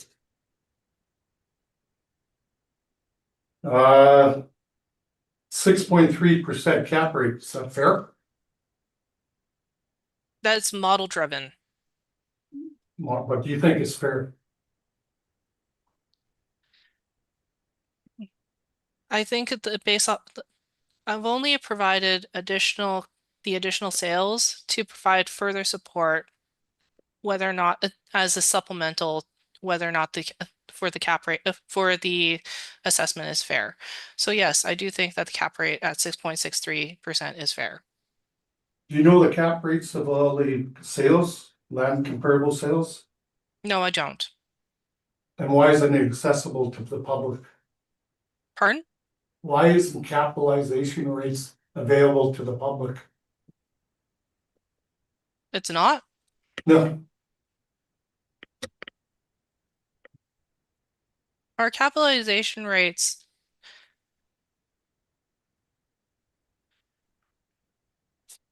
when you do an assessed value, there is no capitalization rates. I've looked, I've tried. The city wouldn't even give me the capitalization rates when I called there. Why? I don't know. Properties. Again, I don't know. So I, from the last person that was on here, strip mall, you gave them a 7.75% cap rate. Mhm. Building's worth, how much is the building worth valued at? How does it get a 7.57 cap rate versus my property that's valued at? That property You're also saying has that you could take- significant amount of risk associated to it and much larger than yours. Are you aware that my building had a fire last year I am not aware that there was a fire. When was the fire? in 25? Okay. Was there a And then my permit pulled? tenants- I'm Was there sorry? was there a permit taken for the fire? There was a permit, yeah, they had the restoration, yeah. Okay, is it currently, was this condition of it now? Well, they've recently fixed it, yeah. It's fixed now Are you aware and it's that operating now. I gave them a deal on rent because they didn't have business interruption? Okay. I am not aware of that. Well, they lost $100,000. So I actually lowered their rent, Okay. but you're not aware of that, are you? No, I'm not aware of that. Okay, thank you. Thank you. One more question. You don't mention anything about the contamination. I am Alright. okay. So I understand there's a bit of history of your concern of contamination. I have looked up the Manitoba Contamination Land website. There is no record of your property having contamination according to that official according to that official list. However, if there is contamination, as you are aware from previous appeals, if there is contamination, you can provide a written estimate, then we can address it. However, we don't have actual report or an actual document stating it's contaminated. And as you said, it's currently assessed, it's zoned as C1. It doesn't have a service station on it. It did. It did, but it was Yeah. not but it's not a C2. It doesn't matter. Well, again, we're getting beyond questions and answers. You've asked a question about the contamination. The answer has been given with respect to contamination. If you have more to add in your evidence, then I do that. feel free. Yeah. And but I think that's as far as. Well, I just asked her why she never mentioned it. The contamination. And she provided you an answer. The answer being it's not registered with the province, it's contaminated site. Oh, isn't it? Okay. That was what the answer was. Yes. Okay. And how do you know that? What do you have? Like, I don't see any documents saying that. Documentation. Because it would not show up on your, on the registered website with I Manitoba. provided I have everything that I am providing with evidence. I have documentation. The last Okay. Board of hearing that I had here 2 years ago. Okay, and you can present that. No, I just want to state this fact, that 2 years ago During when I was your there. presentation, you can present that, but Okay. this is the time for questions. Okay, that's it for the questions. Thank you. Ms. McFadden, have you any questions? No, I don't have any further questions. Mr. Carlin? No questions for me. Thank you. The question I have, Ms. Ho, is with respect to the rental comparisons. The rent comparables that you have provided, are any of these spa related, or are these all I That's believe one of them is spa related. Okay. Give me a second. If I right now I'm looking at my public copy. I have one that I can actually give you, can tell you which address it is. Where are you?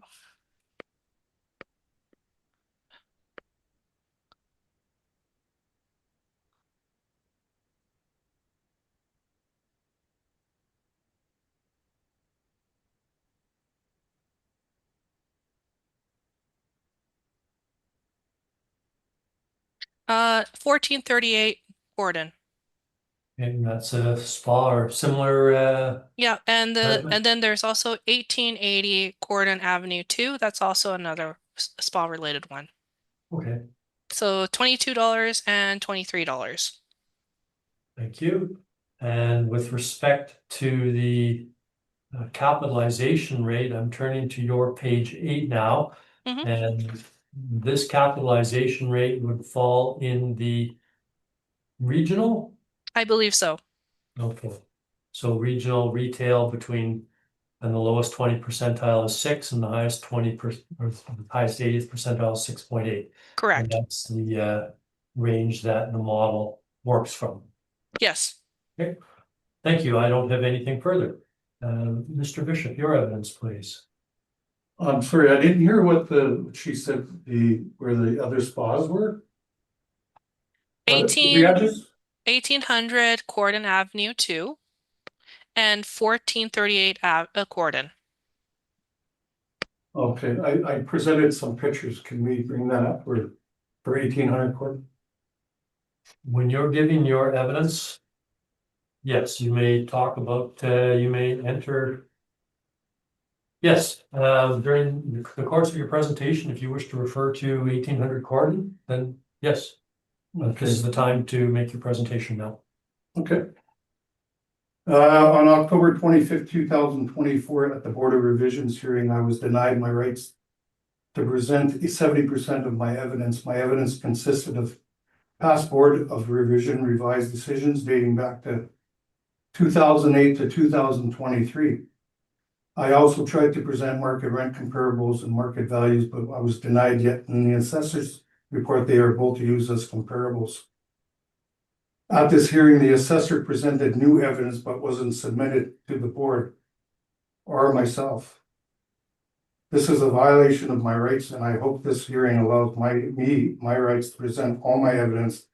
And I'm still waiting for my appeal to the municipal board for the board's revised amount of $617,000 in 2024, and plan on appealing it again if I'm treated unfairly. So I'm gonna bring up the Board of Revisions since 2008 to 2023. Mr. Bishop, how is a 2008 assessment relevant to a 2025 reference date? I'm showing you the board's revised assessments have always gone down from what they've been assessed at. Okay, and How's that not evidence? I recognize that, and that can show a chart, it can show a line, but 2008, I'll give you a little bit of leeway on this, but I don't want to be going in detail. I'm not gonna make Previous, this too long. I'm just showing you Okay. basically how the board has ruled in my favor for the last 20 years. Okay, indicating that, and it'd be appreciated if you let me provide my evidence.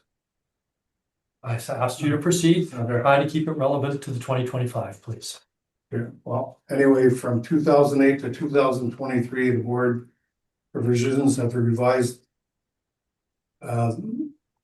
basically every year except for the last revision, which was in 2023.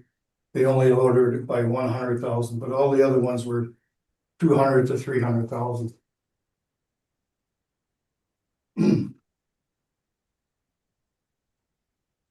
And so I gave you documentation that shows you all the board of revisions orders. And we have them all. Okay, I'm not gonna go through them all.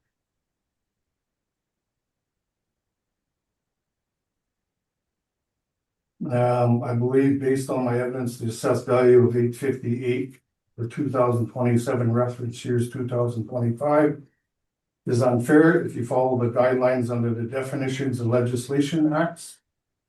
Part 518 presumption of validity. An assessment is presumed to be properly made and the assessed value to be fixed at a fair and just amount where the assessed value bears a fair and just relation to assessed values of other assessed properties. And I don't believe that any of the comparables are comparable to my property, so I don't think this was followed.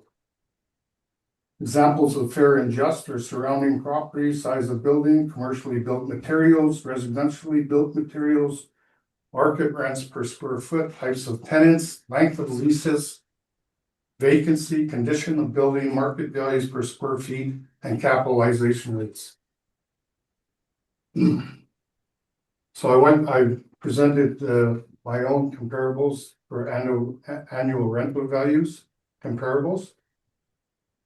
1103 Gordon, and this just came to aware of me that 1103 Gordon has 1100 square foot basement and they use it for storage, but yet they're not charged for storage. And I'm just kind of wondering when from the last gentleman that was here arguing his assessed values, he was being assessed for his basement for storage. I'm just wondering since when did that start happening? Well, I'm gonna say this, Mr. Bishop, and I said it at the very start of the process. Comparisons of assessments are not considered evidence by the Board of Revision. There's a number of reasons for comparing the that. assessment. I'm comparing the square footages that are being assessed. That's what I'm arguing. Yes, I understand the argument. You are basing it on another assessment that's not your property. I'm basing it on average rental value. They're not being charged rent for 1100 square feet. That's what I'm basing it on. You can't get an income summary without an ARV, an average rental value.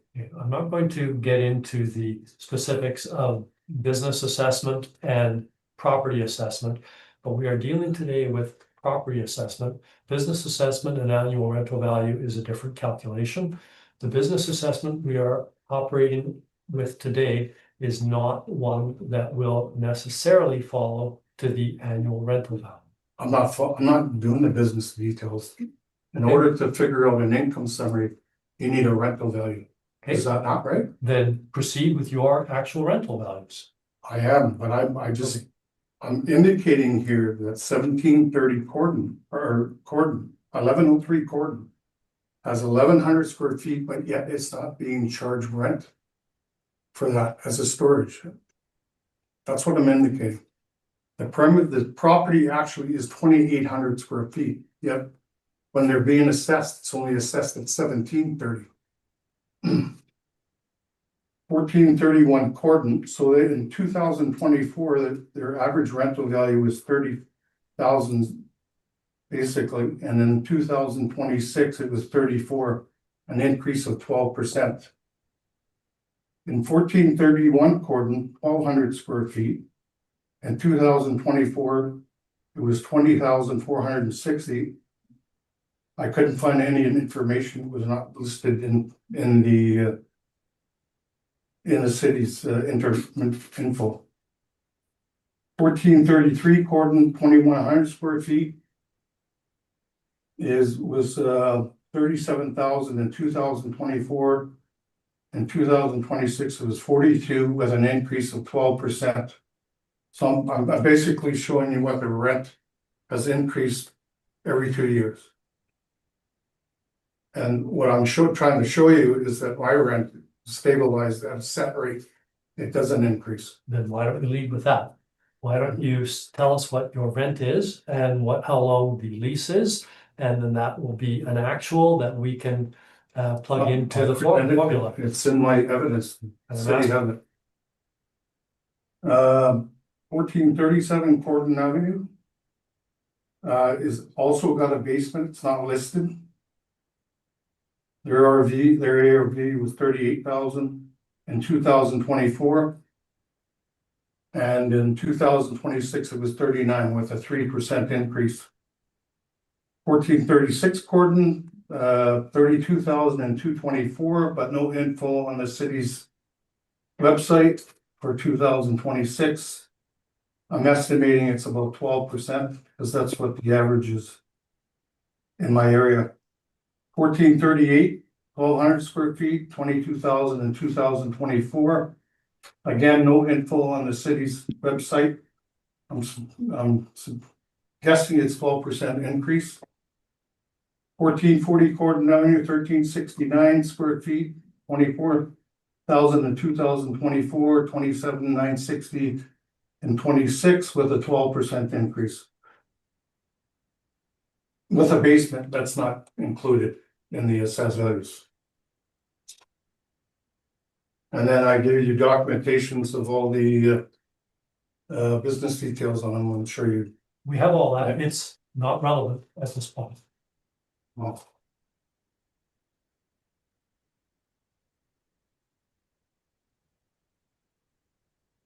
Did you want me to go through these or no? No,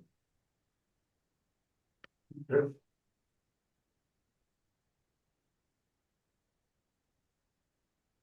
Market rents, 1436, 1438. I'm sorry, this is page 5. I don't know if you are following the pages. Am I allowed to present this? I'm not Yes. sure.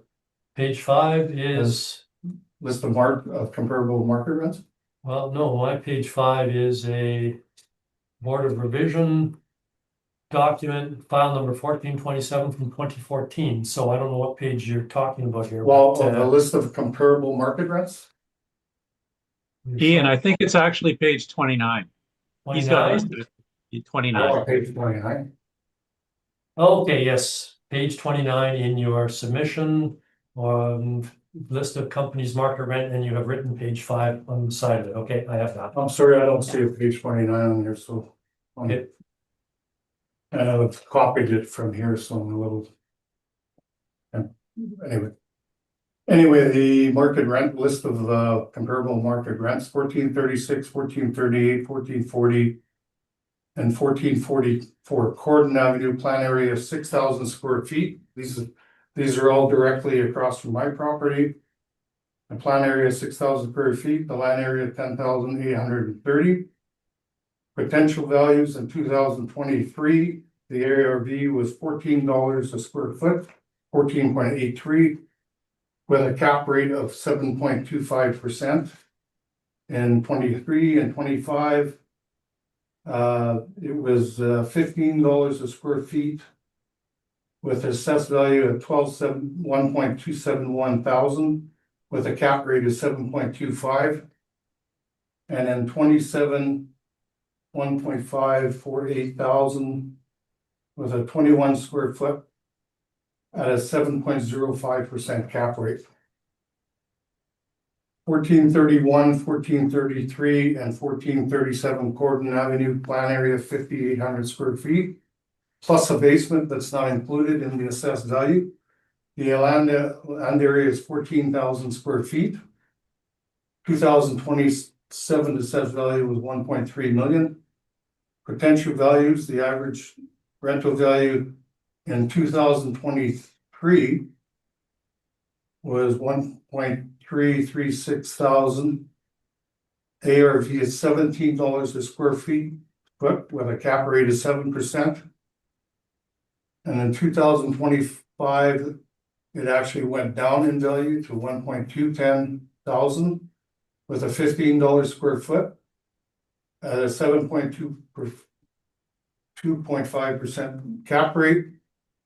In 27, it increased to 1.3 million with a square footage of $18 at a 7% cap rate.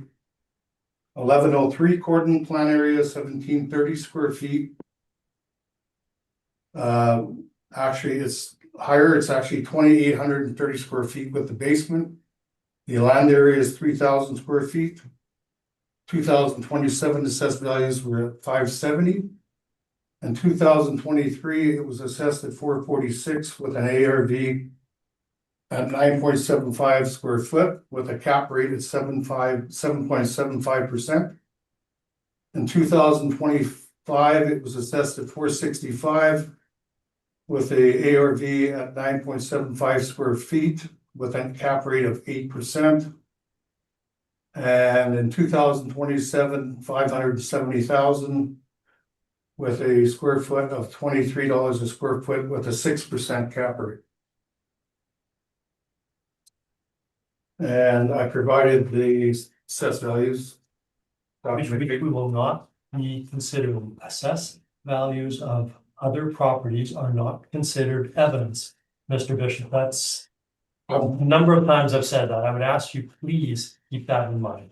We won't consider it. I'm sorry? We won't consider them. No, I understand, but I'm showing you the average rental values there, which should be considered. Is that true? Am I incorrect or? The rental comparables are things we will consider, certainly, Yeah. but not the assessed value. Oh, I understand that. I'm just Okay, giving you, Carry on, please. okay. 1459 Cordon, I'm giving you potential market comparisons. My address, 1459 Cordon Avenue with the 2640 square foot plan area.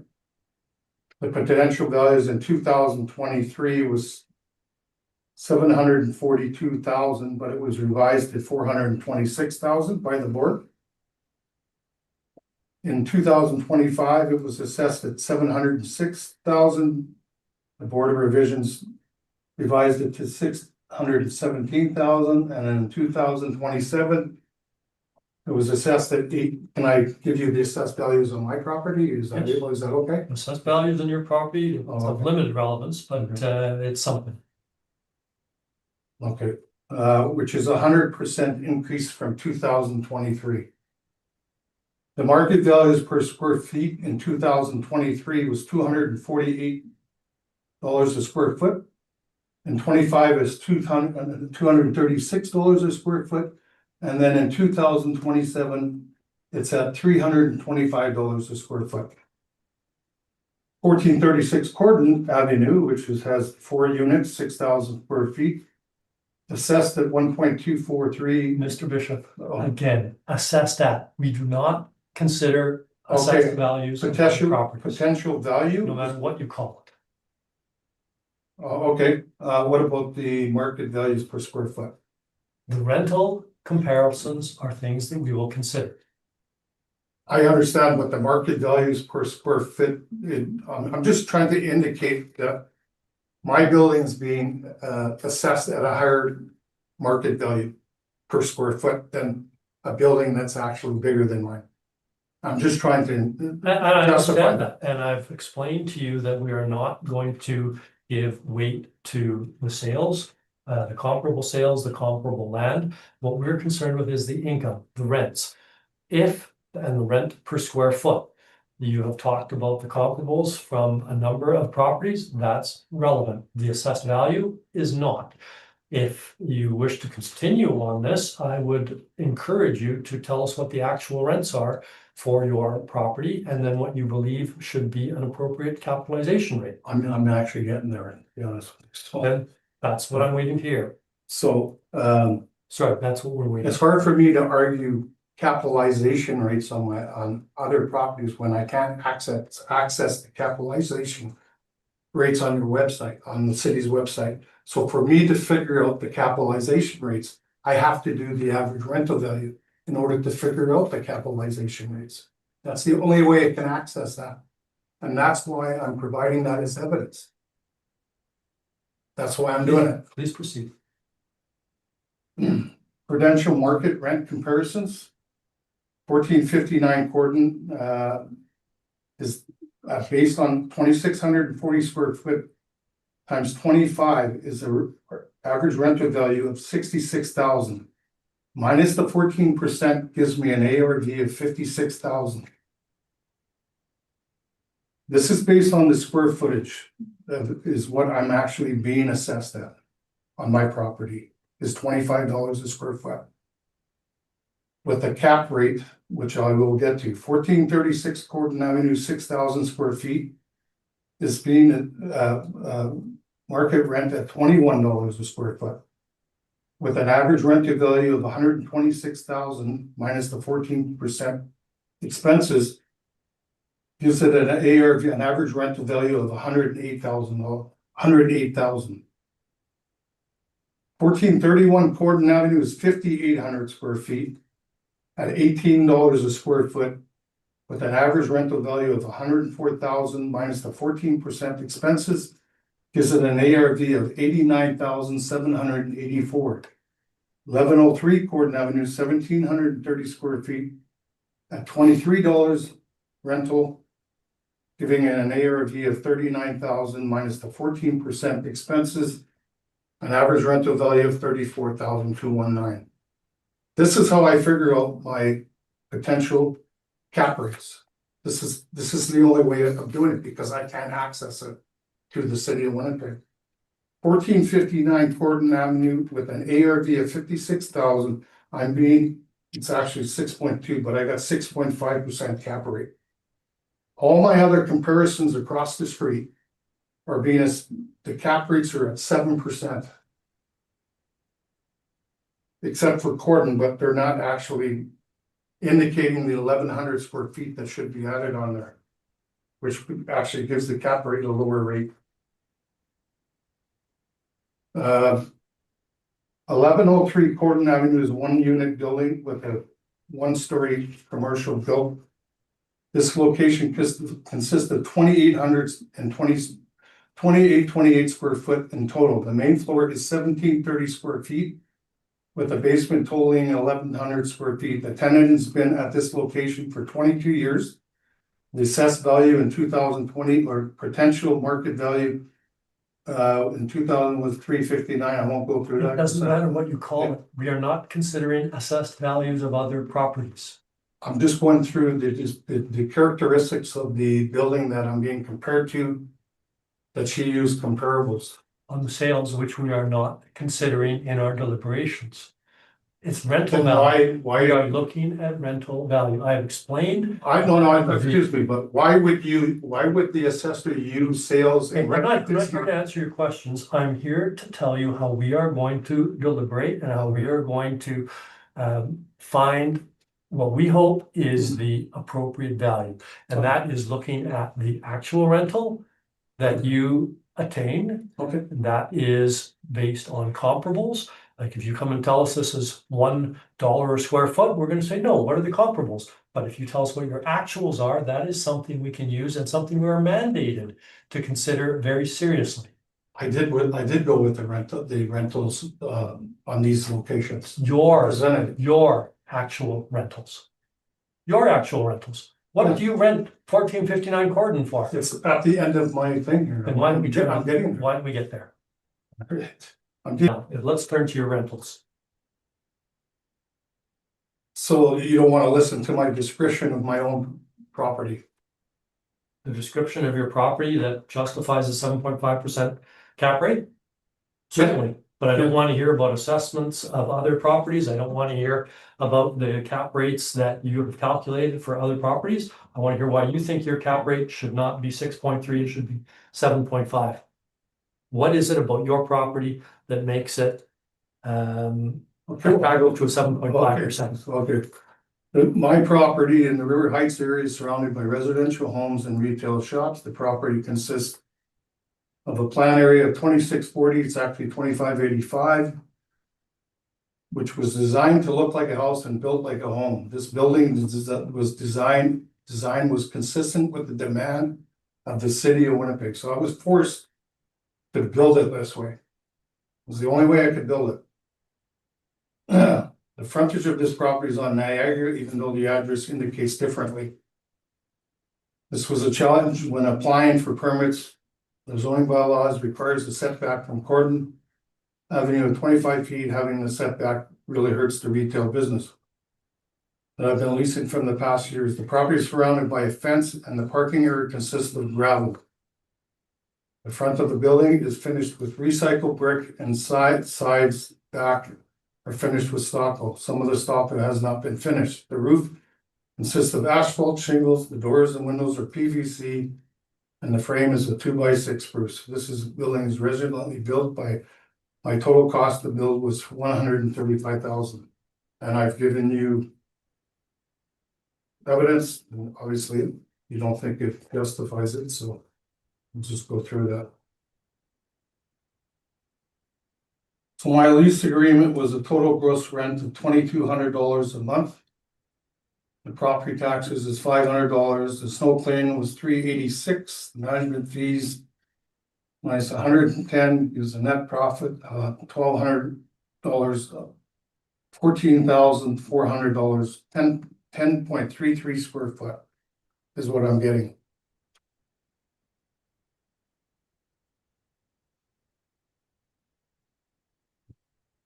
That's my rental on the property. Warren Rosbad, the manager, contaminates sites hazardous waste petroleum storage programs. Text me on Friday, December 13th, 2024. I've given you a documentation from Warren that clearly indicates that the surface underneath the premises isn't contaminated. Do you have that documentation? That's at page 50. 9D. I never indicated it was page 50. Sorry, that's what it shows up in our, I'm sorry. yes, Mine's 9D. starting at page 48 on our, Does everybody look at this? Yeah. So at the last hearing, on December 10th, 2024, I contacted him because the new evidence brought forward by J. Flood, I think the city assessor, suggested the guidelines for safe levels would be amended and pass current standards. I asked what the guidelines were and she did not know. She then said, based on this new evidence, it is no longer contaminated, which the board agreed with. I tried to explain what they actually meant, but the board ended the hearing. The reasons I was able to put a building up was because the guidelines safe levels met the current standards. Nowhere on this new evidence that the new evidence was, I better bring that up first, was 9C, so I'm not exactly sure what number that is. are you trying? I'm gonna try to help you through your evidence here. Are you saying that this site does appear on the provincial impacted sites? Yes, it does. Okay, good. That's a start. Now, when did it get listed on the impacted sites? In 1994, I believe. Okay, Yeah.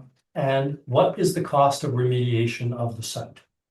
Well, I just want to go through this because this is very important that we talk about this because my evidence was disregarded at the last I'm hearing. not trying to disregard your evidence, Mr. Bishop. I'm trying to find the relevance and I'm trying to condense it. The impact, if it's listed on an impacted site and of the province, and it appears to be from what I've read, then that could have an effect on the overall valuation. And when we are considering and when we are doing our deliberations, how they found the benzene or the other chemicals 3 meters down is of little import. The fact that it's on the site is important. So the process isn't, the fact is. You're not letting me finish, are you? What did you have to say? Well, the guidelines, the whole thing about the guidelines, there's liability issues. Yes, You seem to not even want to talk about the liability issue, not just the fact that it's contaminated. There's huge liability issues.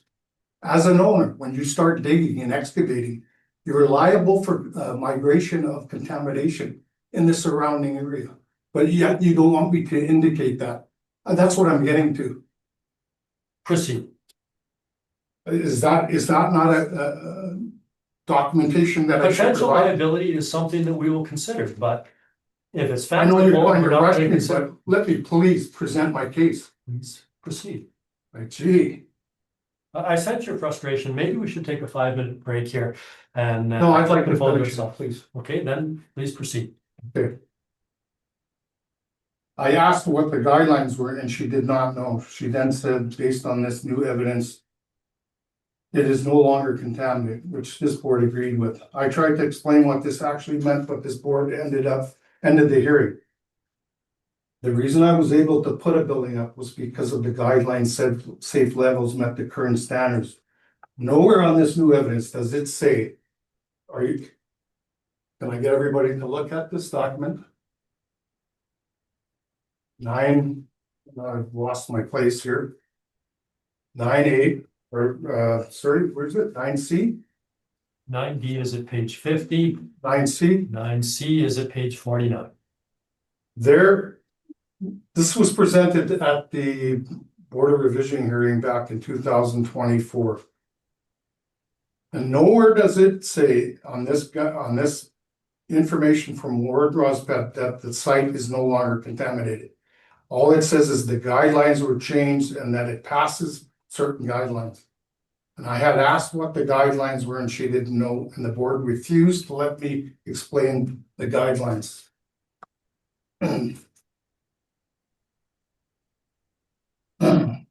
So, back to my thing here. She then said, based on this evidence, it's no longer contaminated, which the board agreed with. I tried to explain whatever. The reason I was able to put the building up was because of the guidelines safe levels met the current standards. Nowhere on this evidence does it say this site is no longer contaminated. As you know, my property does not have a basement, and there's two good reasons for that. Number one, in the evidence I provided to you by Warden Rospad, the text he sent me on December 13, 2024, which is 9D.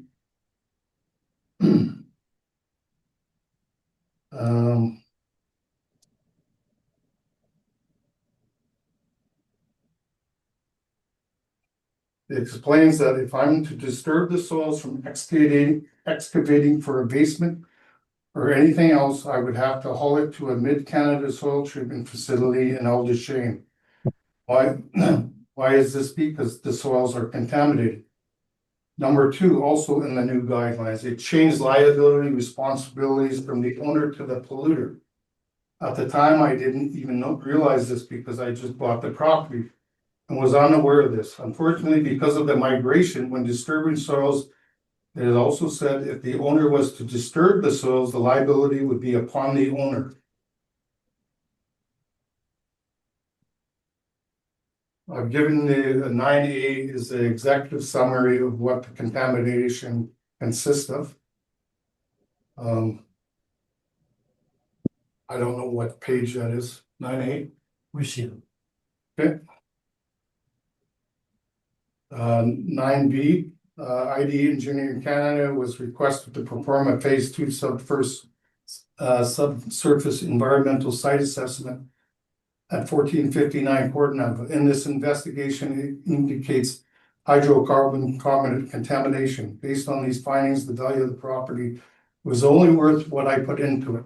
The Toronto Dominion Bank refused to finance me based on these findings, and potential buyers would be in conflict with these findings. Also, the only alternative is to remove the existing earth, which would cost. And in my evidence I provided on page 9B, not sure what page it is. Page 51 of our materials. So I am by trade a landscaper, and this is based on the calculations that I know are to be true and factual. I did a calculation, if I was to clean the contaminated site, this is roughly what it would cost. I would have to go 12 feet feet minimum based on 10,000 square feet, because when you dig, because of migration, you have to dig the whole property. You can't just dig a portion of it. As soon as you disturb the land, the migration can affect the surrounding neighborhood. So the total land would have to be basically hauled away, the earth. It's 10,000 square feet divided by 9, which is a cubic yard, equals 1,111 cubic yards of soils to be removed. 12 feet times 1,100 cubic. Mr. Bishop, you don't have to go through all the calculations. The bottom line you have here is $595,600. Is that Yes, correct? Okay, Yes. you don't have to go through all the calculations. We've seen them. We can do the math. We'll trust you on that number. okay.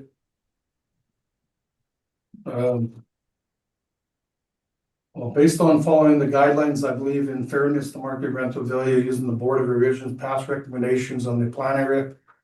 And per square foot should be 1475 a square foot times 2584 plan area, giving me a 38,000 average rental value.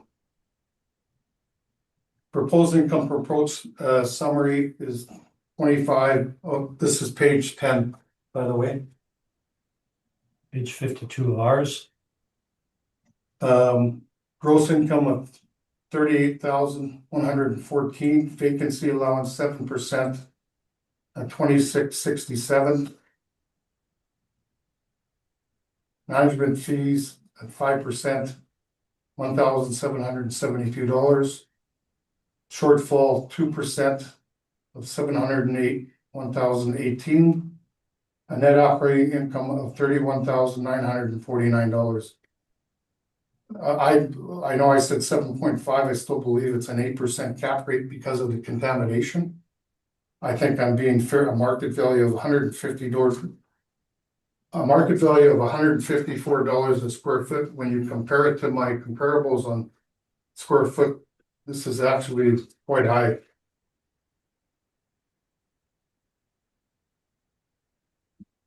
And then at the back, I've got the lease agreement. I'm not sure if you have that. Yes, page 52. Page 52.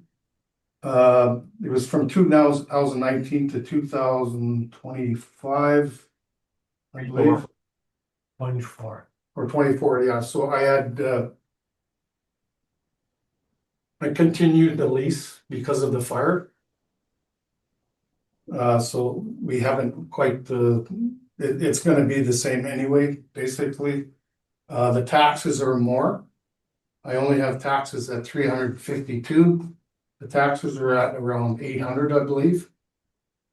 And the net profit basically works out to about $14 a square foot. And that's my my evidence. Ms. Ho, questions? No questions. Mr. Carlin, No questions. Thank you. Ms. McFadden?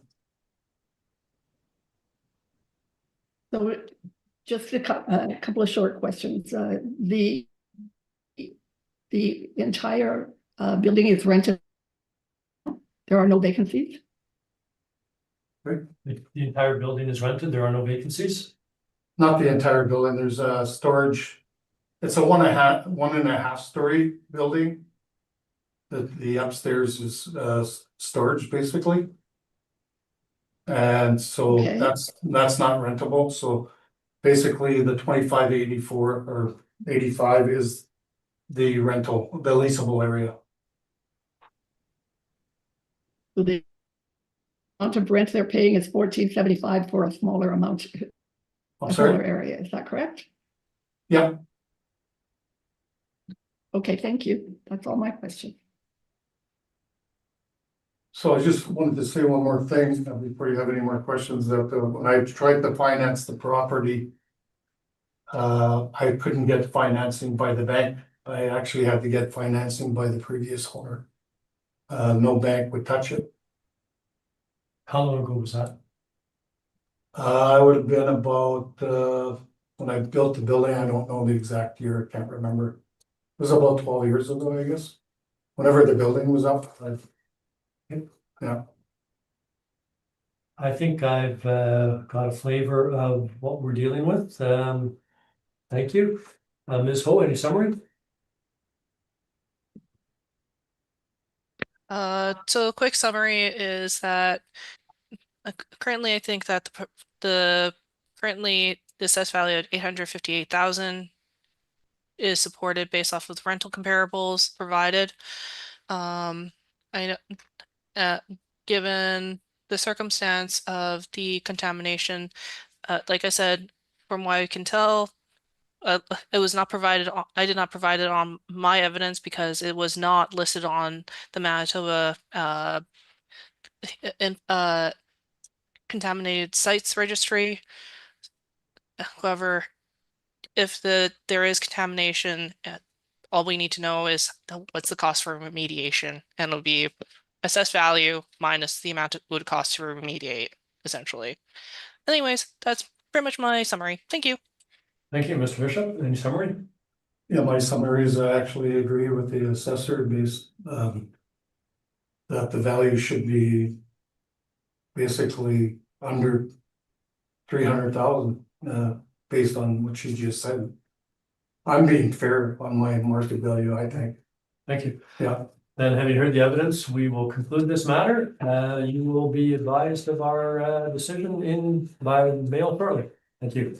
Thanks for putting that with me. good, thank you. Yes.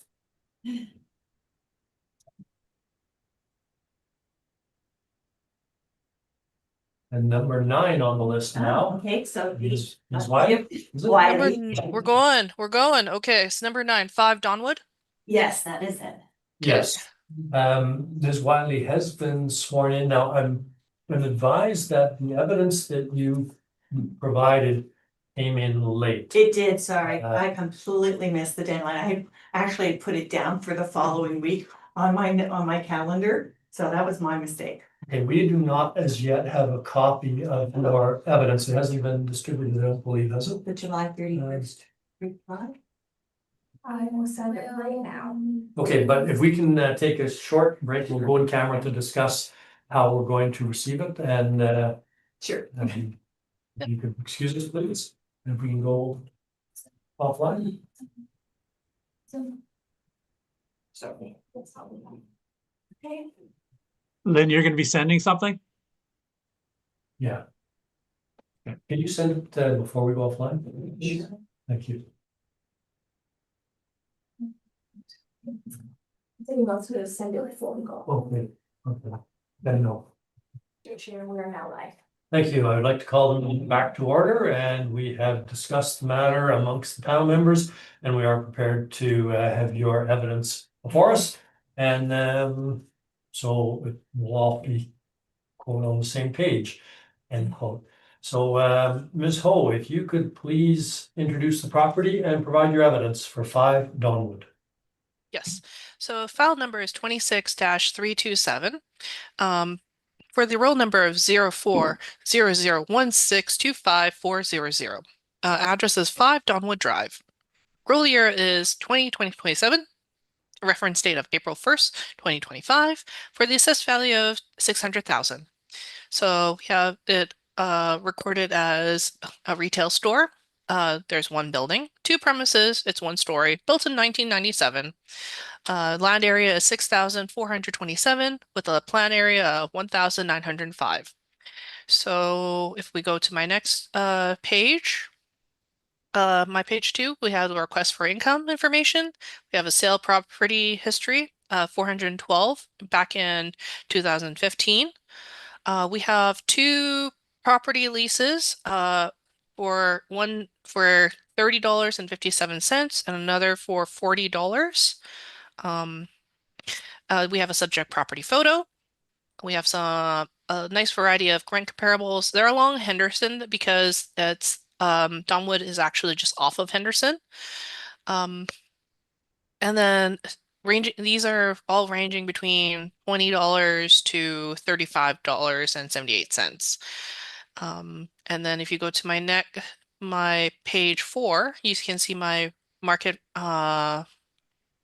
market rent, can't even talk, my income workup for the two premises. So the 900 square feet and 800 square feet, all ranging around $23, $24 a square foot, using a 5% vacancy loss, 3% expenses, $8 for shortfall with a 6.1% cap rate to get for a final total of 600,000. And then if you go further down, past the capitalization table, the Municipal Assessment Act excerpts, you can see the property owner's income and expense mailer. I'm sorry, it's really tiny. I can barely see it too. So you can see the rental income. It's checked off gross, and it's partly owned.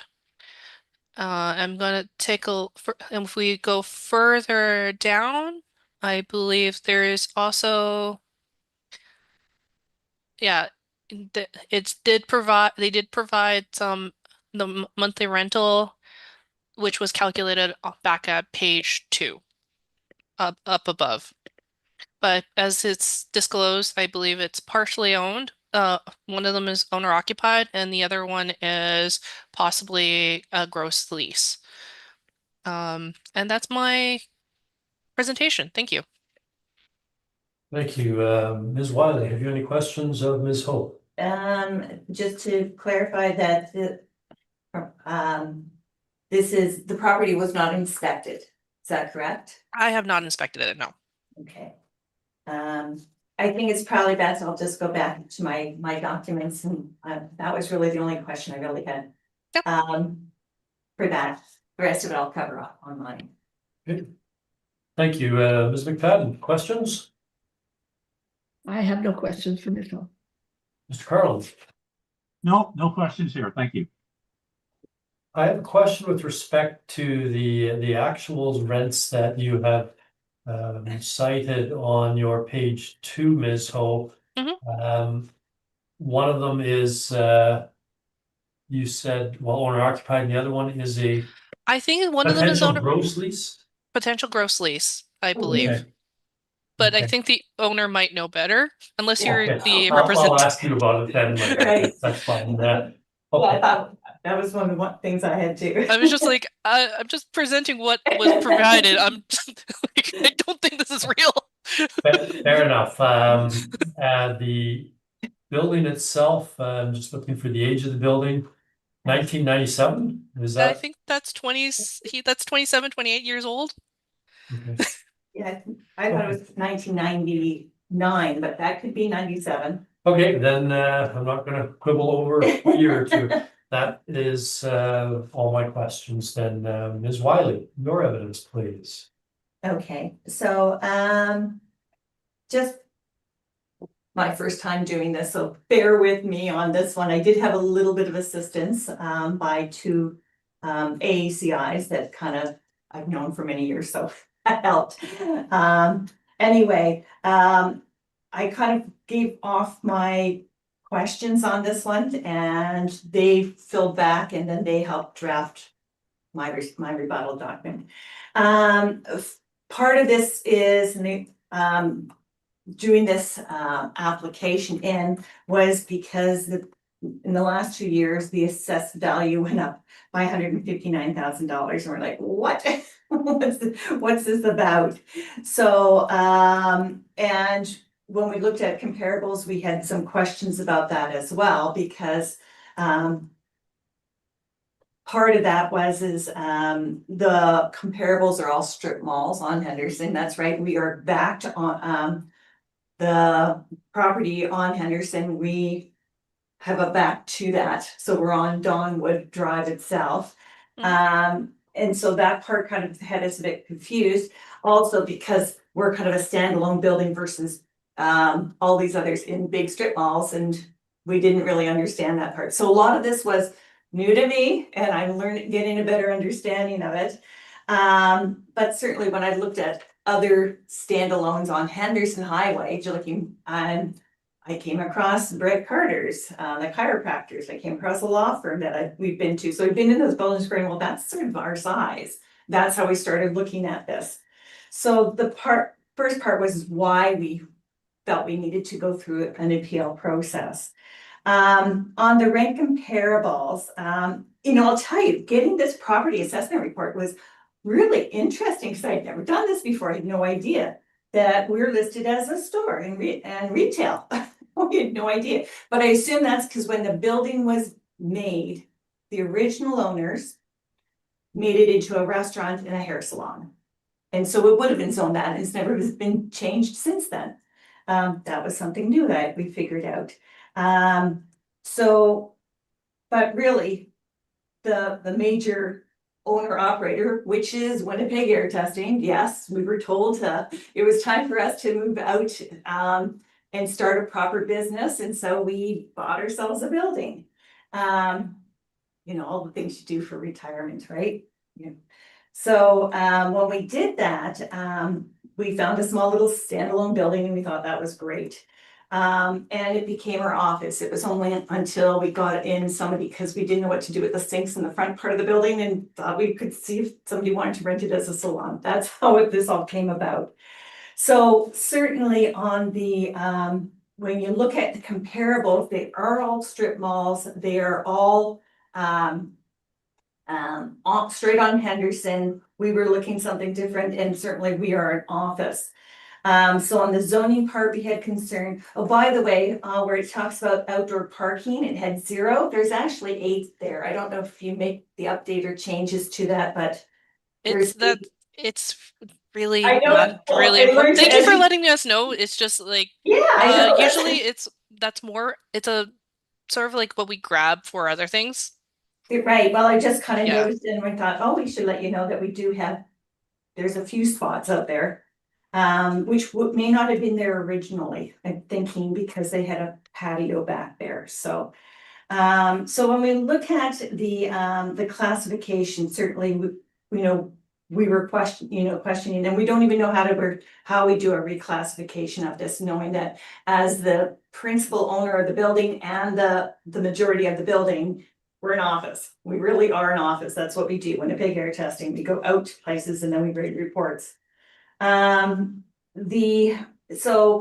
on the page 2 of your document where it talks about property leases, maybe I didn't fill out the last part correctly. It should be gross rent, because for those, it's not net at Winnipeg Air Testing. It'd be gross. So is that something that I now need to do something to change? I don't really know. I'm learning. In the future, when you do enter, submit your income and expense mailer. Right. Just there's 2 parts. One part is like how much are you getting for your income and how much is your expenses. The next part is your tenant list. On your tenant list across, there's going to be saying like, is it a net lease? You can check it off or no. Or is it owner occupied? You can check that off. And then it says, what does this and then it also says like hydro, management, clearing, janitorial, whatever. Yeah, Okay, it goes all across to say what's included and what's not. Oh, okay. So that was me. I missed it for sure. No, it's okay. It's just Going out for many years incorrectly there. Okay, because that would have helped then, so that you would have had better numbers for that part. Okay, I can do that. So on the income valuation, I now sort of have an understanding of that based on listening to everybody today and also seeing this form as to what it is. Because it's not the real version of it. I think like it's not yet value part. Okay, I'm fine with that then. And the fourth one, both Jason Schellenberg and Dan Cashput said that the capitalization rate seemed to be very low. Because we're sitting at 6.1, which is listed on page 4.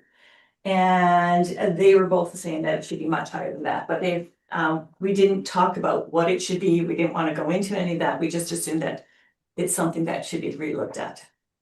And I think that's, again, that was all I had put into place on that.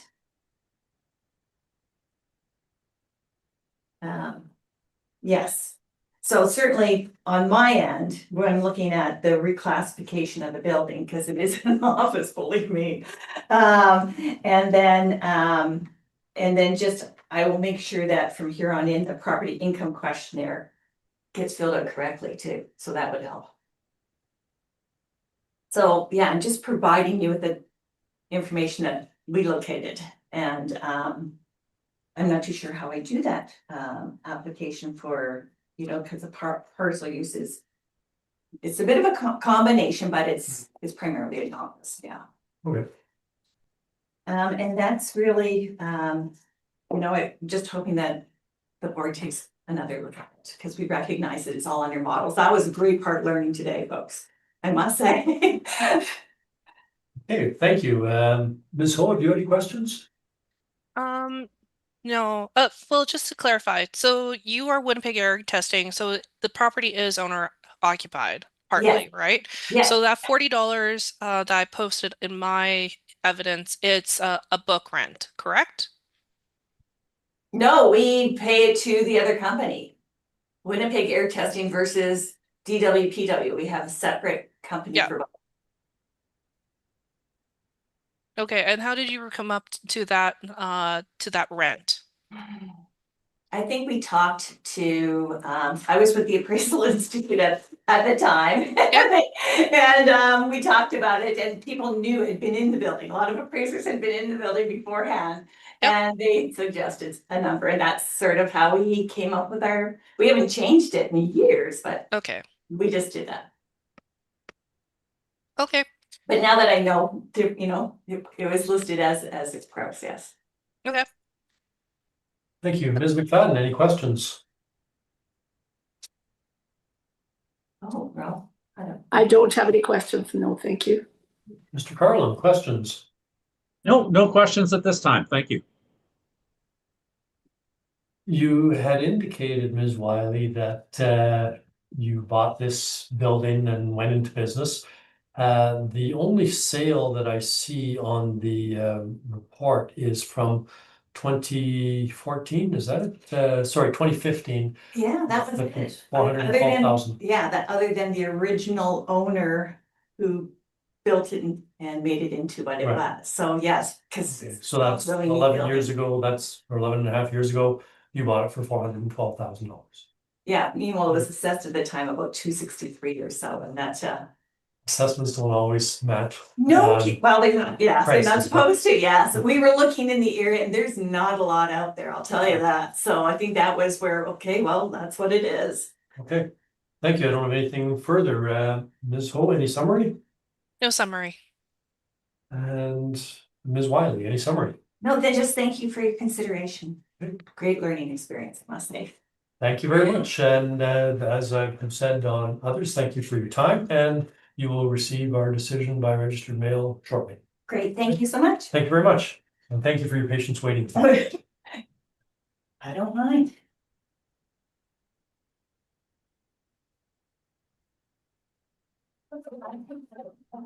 Yep.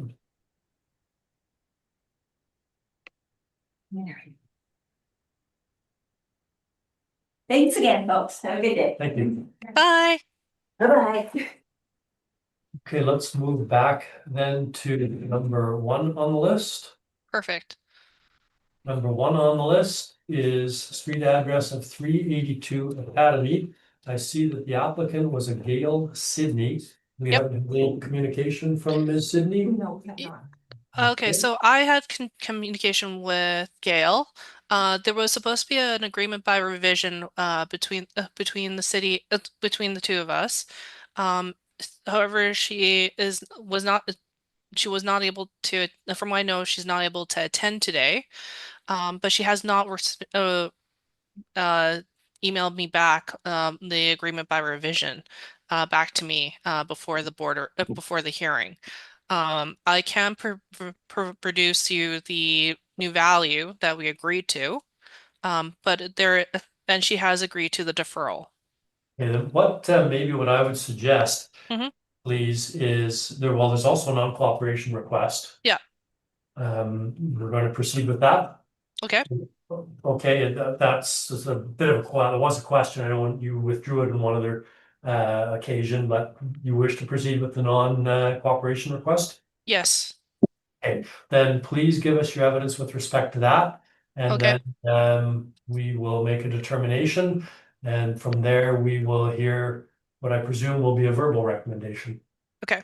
So file number 26-128, for roll number 12050119000 for the address 382 Academy Road. Roll year is 2027, reference date of April 1st, 2025 for assessed value of 657,000. Now there is a request for for an application for non-cooperation based off of section 53(3) B of the Municipal Assessment Act, and if there is a reduction in the assessment, that the order follows section 54 subsection 3(2) of the Municipal Assessment Act. As you can see, we have not received a response for 2023 or 2024 on my second page. And if you can see, if we go further down near the end on my page 8, that I'm just presenting a copy of the mailer that we sent out to the property owner. It's directly to the property address. They have received the mailing at the mail, and there's been no notice of returned mail has been returned to sender. They have been paying for their property taxes, so this is the current mailing address that we use that's up to date, and that's as correct as we can provide. There is no we are not providing tracking anymore, but this is the most current mailing address that we have on file. Thank you. Thank you. Mr. Carlin, any questions? There was no indication that they did not receive this, right? No, Because you've had discussions since. correct. She received it. It's just whether or not we received the note, her response. Okay. Thank you, Ms. McFadden. Any questions? I have no questions. And I don't have any questions. So if we can please go in camera for some discussion. Thank you. Having considered the application, the request for an order of non-cooperation pursuant to section 53 and the following orders in section 54 of the Municipal Assessment Act are allowed. The onus is, of course, now on the applicant, since the applicant has not appeared. And I believe that you had indicated, Ms. Ho, that there was going to be a verbal recommendation with respect to this matter. Correct. Using a $17.50 price per square foot for rental rate against the leasable area of 2,340. Do you want all the calculations or just the nitty gritty? Just the rental rate and the cap? Yeah, the rent and the cap, I think, is sufficient. Perfect. So the new rental rate is $17.50, new cap instead of 6.35 using 6.65 for a new total of $545,000. $545,000? Correct. Yes. Thank you. And Ms. McFadden, do you have any questions? Could you just give me the net operating income, please, Ms. O? Give me a second. I will have to use the calculator. Oh, sorry. It's okay. Don't worry. I'm using different systems right now, so have to use the little calculator for all of the little calculate. Never mind. That's a lie. The calculator doesn't work anymore. I can have it for you in a sec.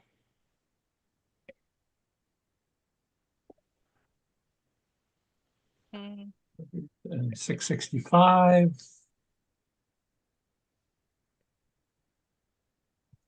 Okay. So the NOI NOI I get is 5 and 3. 35. Yes, I got my final NOI as, oh, no, that's not what I got. 36, 232, 88. I got the 36,233 for the NOI.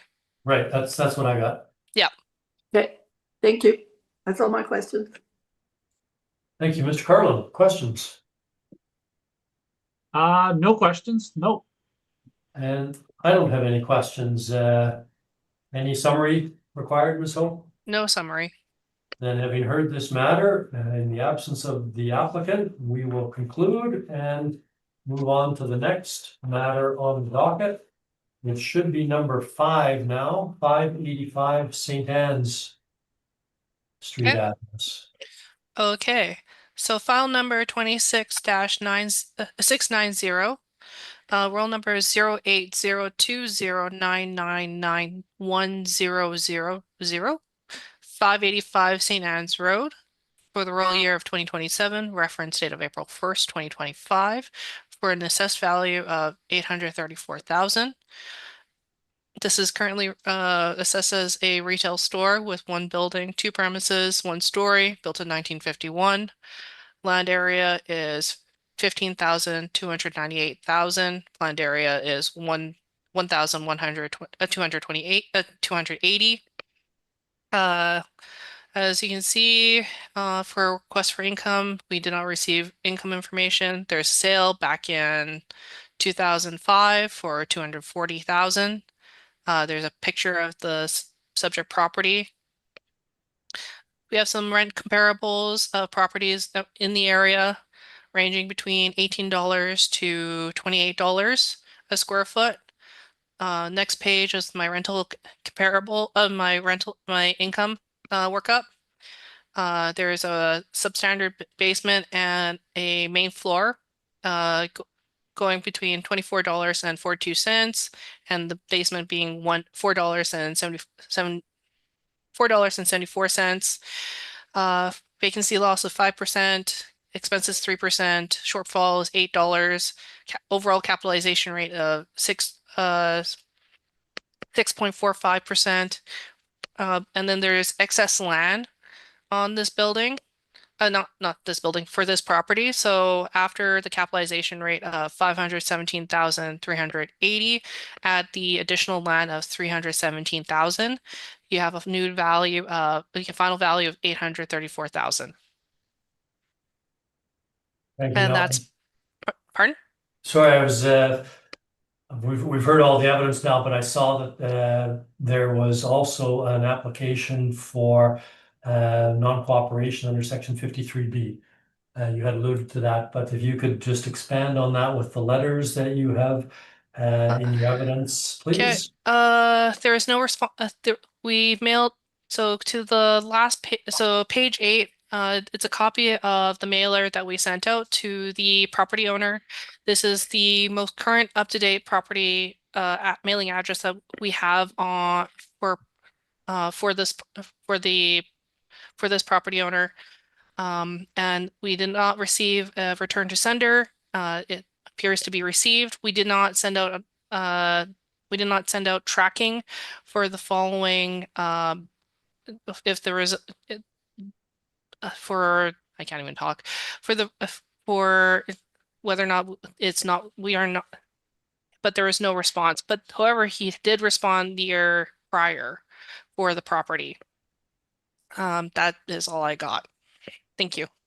Thank you. If we can please go in camera and have a discussion. Mr. Chair, we're live. Thank you. I'd like to call the meeting back to order, please. Having heard the evidence regarding the application for non-cooperation, it would appear that an appropriate request was sent pursuant to section 16 of the Municipal Assessment Act, and that there was no response as required. Therefore, our decision is that the penalties and the orders under section 53 and section 54 of the Municipal Assessment Act are in effect. The non-cooperation is granted, and although the onus would normally be on the applicant, he or she is not here. You have provided your evidence with respect to the property and the valuation, Ms. Ho. Ms. McFadden, do you have any questions with respect to that? I do not have any questions. Oh, I do have a question. I'm sorry. Okay. You added an additional value for land, but I don't see in your information any backup for that value. Is that No, not for the land portion. No. okay? So how did you come up with that value? The model. Okay. Thank you. Mr. Carlin? No questions for me, thanks. Well, on the additional land, how much additional land are we talking here? It's quite a bit. It's actually quite big. It's like 3 times the actual, if I remember, it's like at least 3 times the size of the building. Okay. Give me a second. Because the land area area, I is see what the 15. plan Oh, size is and yeah, the land area is 15,298 square feet. right, So, and the plan area is only 1,280. Yeah. So, okay, so the land plan would be, what is the appropriate amount of property? Or the appropriate, I guess, ratio, 3 to 1, 2 to 1, on something like this? I'm not too sure. Okay, fair enough. Thank you, I don't have anything further. Any summary required, Ms. Hope? No summary. Okay, then having completed that matter, we will, having heard the evidence, we will conclude that matter and move on to the next matter, which is 215 Stafford Street. I see on this as well, this is Francesco and Franco Leonetti. Madam Secretary, we haven't heard anything from them, no. Okay, and I see that there is a request for the burden of proof to shift with respect to section 53 sub 3 of the Municipal Act and the following orders as well. Ms. Ho, could you please introduce the property? Sure. And then explain the lack of cooperation or explain the evidence surrounding the request? Okay. So file number 26-516 for the roll number 12030163000 for the address 215 Stafford Street for the roll year of 2027, reference date of April 1st, 2025, assessed value of 924,000. We have it as a store. And the actual built is 1928. The land area is 6,037. Land area is 1,790 with a basement area of 1,008. If you go to my second picture, there was not my second picture, my second page. A 2023 request letter was sent, a response was received for 2023. 2024, another response was sent, but nothing was received.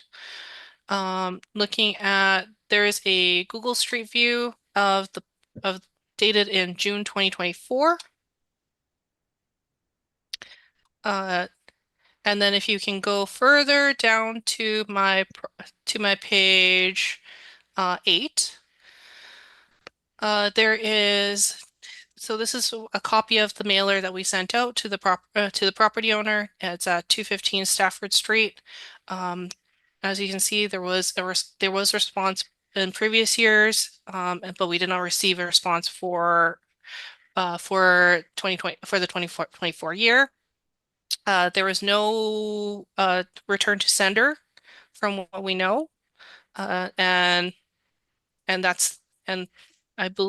not too sure if that was for that year. That was the most current address for mail. That's all I can provide for regarding the non-cooperation. Okay. Thank you. And Mr. Carlin, any questions? No questions. Ms. McFadden? No questions. And Ms. Ho, you'd indicated that you weren't sure that that was the most up-to-date address, but the address that it was sent to was the subject property's address. Yep. 215, okay, good, I don't have anything further then, and if you will, I'd like to call a short recess so we can discuss this in camera. Having heard the evidence and without the requirement under section 16 for the request for the income and expense was not returned, then we have decided to grant the application for non-cooperation pursuant to section 53 and the orders following under section 54 of the Municipal Assessment Act.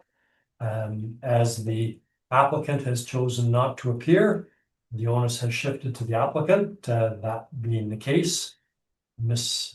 Ho, you have provided your evidence with respect to that. Is there anything further that you need to add for our deliberations for this property? No. Thank you. Then, Mr. Carlin, do you have any questions regarding evaluation? The only question I have is, which building am I looking at from that picture? Sorry, I just realized that was the wrong street view. It's actually across the street. Ah, you're looking from it. Yeah, unfortunately. Okay, that has me confused. Me too. Yeah. I was looking at it like, did it demo? And I didn't. Yeah, no, that's my bad. Okay, no worries, no other questions. Mrs. McFadden? That was also my question, so Thank you. we're good. No questions here. Any summary required, Ms. Ho? No summary. Thank you. Then, having heard the evidence, we will conclude this matter and move on to the last matter on the list today. That is street address of 808 Main Street. Okay. File number 26-247 for the roll number 14001118000 for 808 Main Street. For the roll year of 2027, reference date of April 1st, 2025, for an assessed value of $497,000. It is currently assessed as labeled as a retail store, has 2 buildings, 1 premise, 1 story. Year built is ranges from 1952 to 1963. Land area is 3,947, and the planned area is 3,055 square feet. On my second page, there's request for information received, subject sale history, sold for $35,000 back in 2001. There's a picture of the subject property. There's a couple rental rates for comparison, ranging from $11.50 to $15.56.